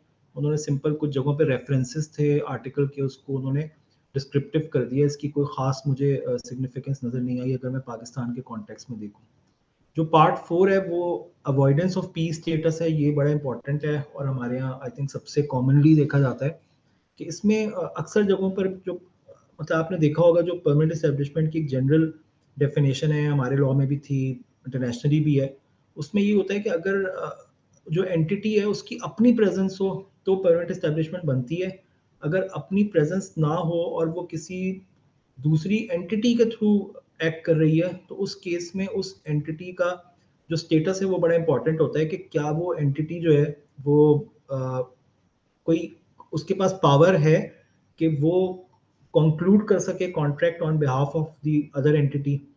तो उसमें आमतौर पे एजेंट्स का ही केस होता है, जिसमें हमने बहुत सारे केसेस देखे हैं, अपने भी क्लाइंट्स में अक्सर देखे हैं कि यहाँ पर जो कंपनी होती है उसके पास पावर नहीं होती कि वो कोई कॉन्ट्रैक्ट कंक्लूड कर सके, बट वो नॉर्मली केसेस रेफर कर देते हैं बाहर, और बाहर वाली ही जो कंपनी होती है वही कॉन्ट्रैक्ट कंक्लूड करती है।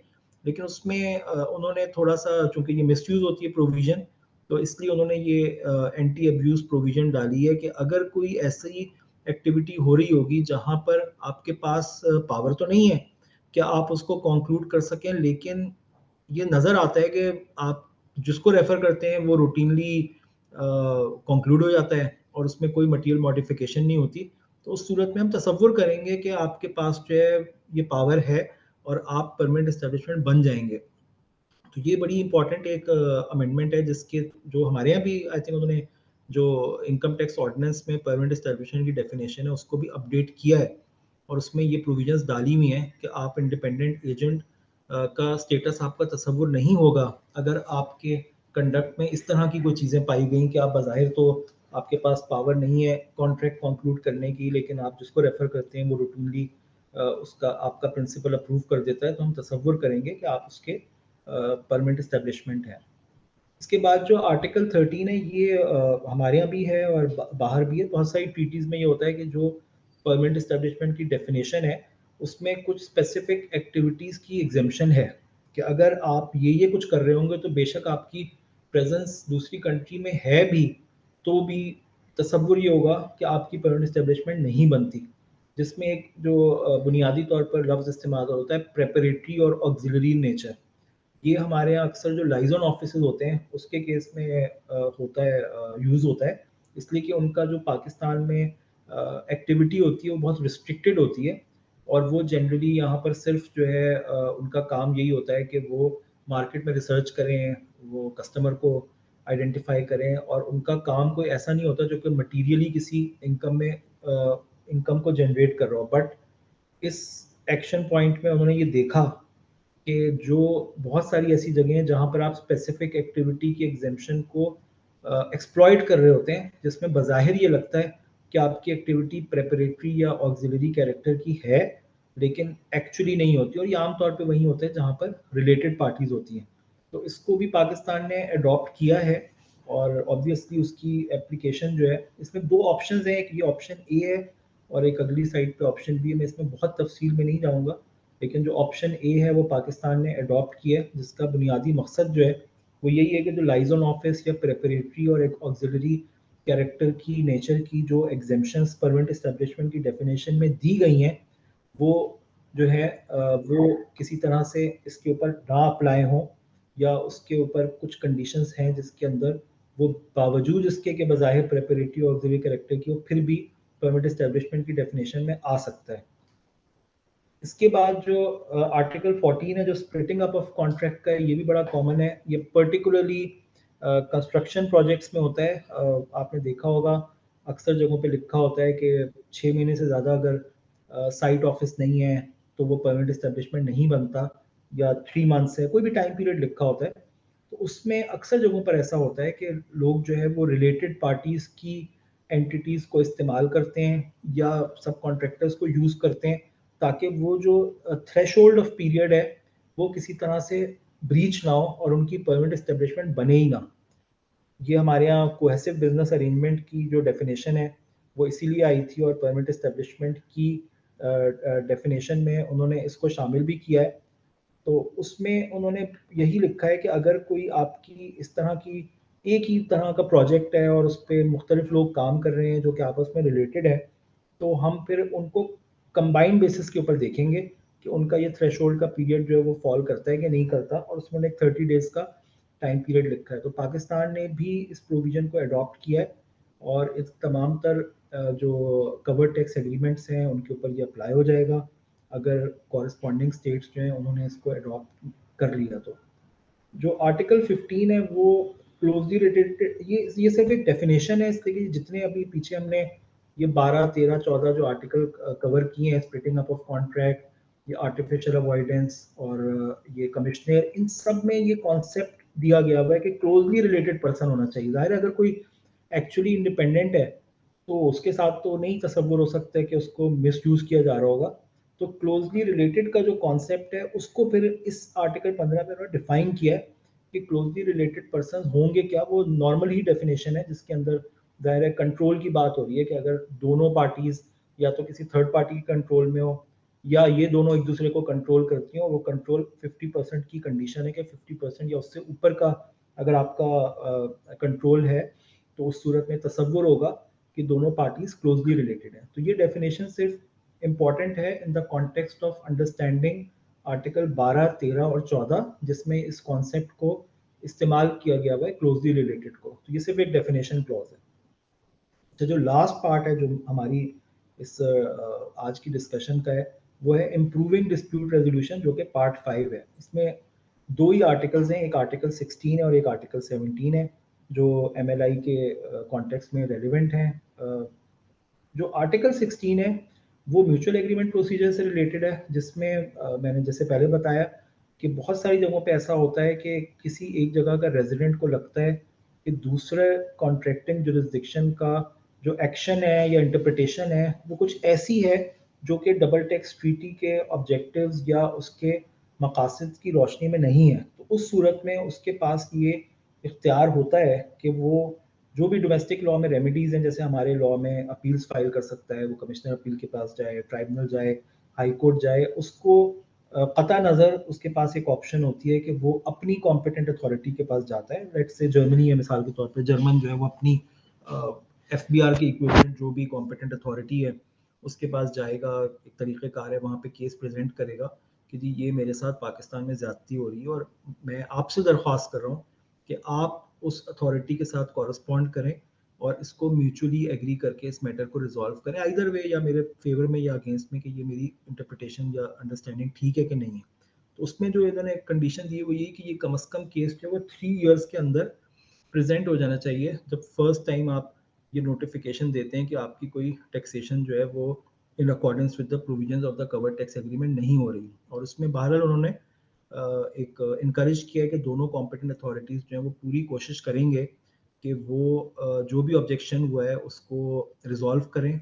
और असल मकसद यही होना चाहिए कि अगर कोई अवॉइडेंस ऑफ टैक्सेशन हो रही है जो कि in accordance with cover tax agreement नहीं है, तो उसको अवॉइड किया जाए और जो भी उसके अंडरलाइंग पर्पस है ट्रीटी का उसको प्रिवेल करना चाहिए। तो उसमें बहरहाल क्या कहते हैं, जो कॉम्पिटेंट अथॉरिटीज़ हैं उसके लिए उन्होंने मुख्तलिफ इनकरेजिंग प्रोविजंस डाली हुई हैं ताकि म्यूचुअल एग्रीमेंट का प्रोसीजर मज़ीद एनफोर्स हो। हमने पाकिस्तान में इसको होते हुए देखा नहीं है, 20-22 साल तो मुझे भी हो गए, एक आध दफ़ा किसी क्लाइंट ने इसकी कोशिश की थी बट कोई ख़ास उसका फ़ायदा नहीं हुआ था। But let's assume कि after this MLI and so much of emphasis on these provisions, शायद कुछ competent authorities के actions जो हैं वो ज़्यादा वो हो जाए। अभी recently I think कुछ अर्से पहले ही एक सुप्रीम कोर्ट ऑफ पाकिस्तान का जजमेंट आया था एक डबल टैक्स ट्रीटी के केस में, जिसमें जस्टिस मंसूर अली शाह ने ये पर्टिकुलरली इसको हल्का सा टच किया हुआ था कि जो डबल टैक्स ड्यूटी होती है वो चूंकि एक बायलेटरल एग्रीमेंट होता है, तो इसमें ज़रूरी है कि जो भी इंटरप्रिटेशन हो वो दोनों पार्टीज़ की कॉमन इंटरप्रिटेशन होनी चाहिए। ये नहीं कि पाकिस्तान कुछ और इंटरप्रेट कर रहा है, दूसरी कंट्री कुछ और इंटरप्रेट कर रही है। तो इसी इसी आई थिंक स्पिरिट में म्यूचुअल एग्रीमेंट प्रोसीजर का जो पूरा ये एक्शन या आर्टिकल जो प्रपोज किया हुआ है वो उसी स्पिरिट को मद्देनजर रखते हुए किया है। अच्छा, जो लास्ट है आर्टिकल 17, जो हमारी MLI का आखिरी आर्टिकल जो हम आज डिस्कस कर रहे हैं वो आर्टिकल 17 है, which talks about corresponding adjustments. इसमें देखें होता ये कि जो डबल टैक्स ट्रीटी है उसमें आमतौर पे एक आर्टिकल 9 होता है which is similar to section 108 of income tax ordinance, जो कि ट्रांसफर प्राइसिंग से रिलेटेड होता है। अब इसमें होता ये है कि भाई दो कंट्रीज़ के टैक्स पेयर्स हैं, उनकी आपस में ट्रांजैक्शन हुई है और उसमें एक कंट्री ने अपने टैक्स पेयर की इनकम बढ़ा दी या कम कर दी, ये सोच के कि नहीं ये तो ट्रांसफर प्राइसिंग हुई है और मेरे हिसाब से इसकी इनकम जो है वो इतनी नहीं इतनी होनी चाहिए थी। उसकी वजह से होता क्या है कि चूंकि एसोसिएटेड एंटरप्राइजेज होती हैं, इकोनॉमिकली स्पीकिंग तो दोनों पर एक ही एंटिटी होती हैं, तो वही इनकम दोनों जगहों पे टैक्स हो जाती है। मैं एक छोटी सी मिसाल दूँ, एक कंपनी है, उसने उसका लेट से रिलेटेड पार्टी लोन था पेरेंट कंपनी को, लेट से पेरेंट कंपनी जो है वो सिंगापुर में थी। अब यहाँ जो पाकिस्तानी कंपनी थी उसने लेट से 10 रुपए इंटरेस्ट पे किया हुआ था, लेकिन डिपार्टमेंट ने ये कहा कि नहीं हमारे ख्याल से ये 10 रुपए ट्रांसफर प्राइसिंग के रूल के हिसाब से ज़्यादा है और मैं इसको रिस्ट्रिक्ट करता हूँ कि ये आपको सिर्फ मैं 5 रुपए एक्सपेंस दूंगा। तो जब मैंने उसको 5 रुपए से कम कर दिया तो पाकिस्तानी कंपनी की इनकम 5 रुपए से बढ़ गई, but at the same time जो सिंगापुर वाली कंपनी है उसने तो 10 रुपए के 10 रुपए पे सिंगापुर में टैक्स पे कर दिया है।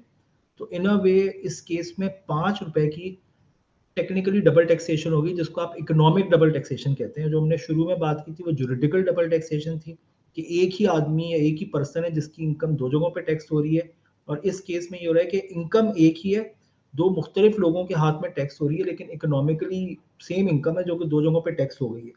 तो इस केस में जो आर्टिकल 9 होता है OECD का मॉडल में और हमारे यहाँ भी अक्सर ट्रीटीज़ में, उसमें एक पैरा 2 होता है जिसमें ये अलाउड होता है कि अगर किसी इस तरह के एक्शन की वजह से दो जगहों पे टैक्सेशन हो रही है तो दूसरी कंट्री को चाहिए कि अपने मुल्क में अप्रोप्रिएट एडजस्टमेंट कर दे। अब इसमें झगड़ा ये होता है कि दूसरी कंट्री कहती है कि भाई मेरे हिसाब से तो ये ट्रांसफर प्राइसिंग की एडजस्टमेंट बनती ही नहीं थी, ये दूसरी कंट्री ने की क्यों है। उसके लिए ये फिर एक म्यूचुअल एग्रीमेंट प्रोसीजर होता है कि दोनों आपस में बैठ के तय करते हैं कि किसने सही किया है। अगर दोनों इस नतीजे पे पहुंचते हैं कि हाँ ये केस ट्रांसफर प्राइसिंग का था और इसमें एक कंट्री के टैक्स पेयर ने इनकम को अंडरस्टेट किया हुआ था, तो दूसरी कंट्री को चाहिए कि उसकी अप्रोप्रिएट एडजस्टमेंट दे। तो पाकिस्तान ने ऑलरेडी नोटिफाई किया हुआ कि हमारी 50 डबल टैक्स ट्रीटी है जिसमें ये ऑलरेडी प्रोविजन मौजूद है, और उसको सिर्फ एनफोर्स और उसकी स्ट्रेंथन करने की बात है कि जो भी अप्रोप्रिएट एडजस्टमेंट रिक्वायर्ड है उसको वो किया जाए। अच्छा, इसके बाद जो आर्टिकल्स हैं कोई 18 से 27 या 32 तक, वो सारे प्रोसीजरल हैं, मैंने इसलिए उसको इसमें नहीं कवर किया। उसमें से कुछ तो ऐसे हैं जो पाकिस्तान ने अडॉप्ट ही नहीं किए, और कुछ हैं जो कि एंट्री इनटू फोर्स और रेटिफिकेशन और उन चीज़ों से रिलेटेड है, तो मैंने उसको इसलिए एक्सक्लूड कर दिया। बट अगर आप उसका टेक्स्ट वैसे वेबसाइट पे जाके पढ़ेंगे तो उसमें कोई ऐसी चीज़ नहीं है जो ना समझ में आने वाली हो। बस ये मेरी आखिरी स्लाइड है कि इसमें अब मतलब जो कुछ हमने पढ़ा है, अब इसका क्या आखिर वे फॉरवर्ड क्या है। मेरी ज़ाती राय में जो MLI है और ये जो BEPS प्रोजेक्ट है, ये सारा का सारा मतलब it's an emergence of a new economic world order. इसलिए कि जो एक सदी पहले जो brick and mortar based business होता था, यानी पहले तो इंडस्ट्रियल सोसाइटी थी ज़्यादातर, और आपकी एक्चुअल फिजिकल प्रेजेंस के ऊपर बेस करती थी, तो उसी के कॉन्टेक्स्ट में परमानेंट एस्टेब्लिशमेंट का कॉन्सेप्ट भी डिवाइस किया गया था। वो अब आहिस्ता आहिस्ता रिप्लेस हो रहा है, और उसकी जगह चूंकि नई टेक्निक्स इमर्ज हो रही हैं। वी ऑल नो कि अब बहुत सारे बिजनेसेस ऐसे हैं जिसके अंदर आपको एक्चुअल ऑफिस भी रखने की ज़रूरत नहीं होती, ई कॉमर्स हो रहा है। उन सब की वजह से ये अब एक नया इकोनॉमिक वर्ल्ड ऑर्डर इवॉल्व हो रहा है, और इसकी वजह से अब गोइंग फॉरवर्ड जो भी आपकी डबल टैक्स ट्रीटीज़ हैं उनकी इंटरप्रिटेशन को MLI के साथ सिंक्रोनाइज करके पढ़ना पड़ेगा। In the context of Pakistan it is very important कि अब अगर आप कोई भी डबल टैक्स उठाते हैं, आधे लोगों को शायद इल्म नहीं होता कोई कि वो UAE की ट्रीटी है, आपने उठाई और जैसे किताब में लिखी थी वैसे ही आपने उसको इंटरप्रेट कर लिया। अब उसके साथ उसका सिंथेसाइज टेक्स्ट देखना बहुत ज़रूरी है। तो आई थिंक जो भी आप लोग हैं जिनका डबल टैक्स ट्रीटी की इंटरप्रिटेशन से ताल्लुक़ है पाकिस्तान के हवाले से, उनके लिए ज़रूरी है कि वो FBR की वेबसाइट पे जाएँ, वहाँ पर सिंथेसाइज टेक्स्ट अवेलेबल है। तो जब भी किसी डबल टैक्स ट्रीटी का सवाल पैदा हो जिसकी सिंथेसाइज टेक्स्ट ट्रीटी अवेलेबल है, तो आप उसका टेक्स्ट ज़रूर देखें, और उसमें जो जो अमेंडमेंट्स आई हैं वो जो हमने आज बात की MLI के कॉन्टेक्स्ट में, उसमें उसकी रोशनी में उसको इंटरप्रेट किया जाए। अच्छा, ये अभी तक जितनी भी हमने BEPS की बात की थी, इसको इंटरनेशनली अब कहा जाता है BEPS 1.0। उसकी वजह ये कि अब OECD ने एक और प्रोजेक्ट उसके साथ ही स्टार्ट किया जिसे BEPS 2.0 कहते हैं। उसकी वजह ये कि इन तमाम मेजर्स के नतीजे में भी लोगों ने या स्टेट्स ने ये देखा कि यार इसकी वजह से हमारी जो डिजिटल इकोनॉमी की टैक्सेशन है वो अभी तक नहीं एड्रेस हो सकी। जो ऑनलाइन प्लेटफॉर्म्स हैं, ऑनलाइन सेल्स हैं, अभी भी हमने जितने पढ़े हैं इसमें इनके बारे में कोई बहुत ज़्यादा तस्करा नहीं मिला। तो उसके लिए लोगों ने अपने अपने मुल्कों में मुख्तलिफ किस्म के टैक्स लगाने शुरू कर दिए। तो उसके लिए फिर OECD ने दूसरा प्रोजेक्ट स्टार्ट किया जो BEPS 2.0 है, जिसका बुनियादी मकसद ये है कि जो आपके डिजिटल इकोनॉमी की टैक्सेशन है उसके लिए मिलजुल के इक़दामात किए जाएँ। और उसके साथ साथ उन्होंने एक global minimum corporate tax rate का भी प्रोजेक्ट है। आपने बहुत सारे लोगों ने अखबार में पढ़ा होगा कुछ अर्सा पहले कि 15% मिनिमम टैक्स का एग्रीमेंट किया गया है, जिसका मकसद यही है कि हर कंट्री में अगर किसी मल्टीनेशनल की प्रेजेंस है तो उसको कम से कम 15% टैक्स वहाँ देना है, ताकि कोई हार्मफुल टैक्स कंपटीशन ना राइज हो। कि कुछ जगहों पे हमारे ही देख लें 45 से 50% टैक्स है, तो उसको बहुत ही सूट करेगा कि किसी ऐसी कंट्री में चला जाए जहाँ पे कोई टैक्स नहीं है। खैर उसको तो शायद 15% भी सूट करे, जितना हमारा ज़्यादा रेट हो गया है। लेकिन बहुत सारी कंट्री ऐसी हैं जहाँ पे ये जो है 15% का उन्होंने ये रखा है कि कम से कम 15% टैक्स होना चाहिए। उसके लिए 2 पिलर्स हैं, पिलर 1 और पिलर 2। पिलर 1 में कुछ कंपनीज आती हैं जो बहुत बड़ी-बड़ी कंपनीज हैं, उनके लिए उन्होंने रखा है, उसमें फॉर्मूली अपॉर्चमेंट होगी। और पिलर 2 है जिसमें उन्होंने मिनिमम टैक्सेशन का रेट रखा है। तो इन द लास्टली बस मैं ये कहूँगा कि इंटरनेशनल टैक्स का लैंडस्केप बहुत ही तेज़ी से चेंज हो रहा है, बहुत ज़्यादा चेंजेस आ रही हैं। ये BEPS का प्रोजेक्ट है, इसके बाद BEPS 2.0 है, इसकी वजह से जो स्पेशली जो इंटरनेशनल बिजनेसेस हैं उसमें चेंज आ रही है। उसका एक कॉन्सिक्वेंशियल इम्पैक्ट आपके डोमेस्टिक बिजनेस पर भी आता है। तो बहुत सारे लोग इसको इग्नोर कर देते हैं कि नहीं वो तो इंटरनेशनल है, हमारी तो कंपनी या हमारा क्लाइंट तो लोकल है, लेकिन इसके कुछ कॉन्सिक्वेंशियल इम्पैक्ट्स लोकल बिजनेसेस पर भी आते हैं। तो we have to be aware कि क्या हो रहा है। और ये ज़ाहिर है इस मुख्तसर वक्त में मैं जितना इस सब्जेक्ट को कोशिश कर सकता था मैंने कोशिश की है, लेकिन जो है आई एम श्योर कि बहुत सारे एस्पेक्ट्स हैं जो कि अभी भी रह गए हैं।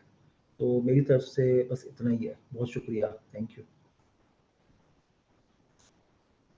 All right, so thank you very much, sir. Okay, So can we take one or two questions from the audience? जी जरूर, बस मुश्किल ना हो सवाल. Okay, so anyone from the participant who want to ask any question, please.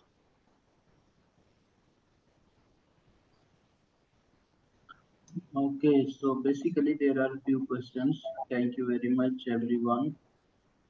All right, so I believe there is, yes, Ms. Zara, you have raised your hand. Can you please, Yes, hello. I just want to say that maybe we can have a session on Pillar 2 model. It's very critical. Speaking of this topic, it reminds me that we should have this topic as well. all right, okay, thank you very much for your feedback. There is a question by Masood, I believe. Can arrangement between local agent and the airline affect PE?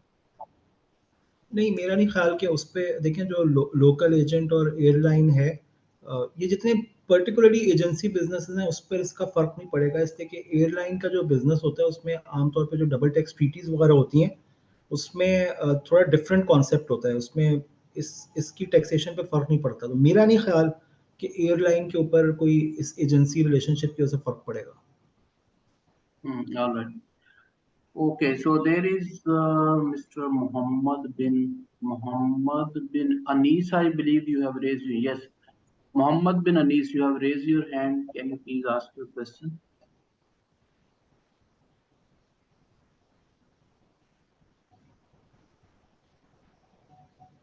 All right, so I believe he is not hearing us. So thank you very much, sir, and thank you very much, everyone, for your time, and thank you very much for joining us today. Thank you very much, sir. Thank All you. right, bye-bye. All right, bye-bye. Thank you.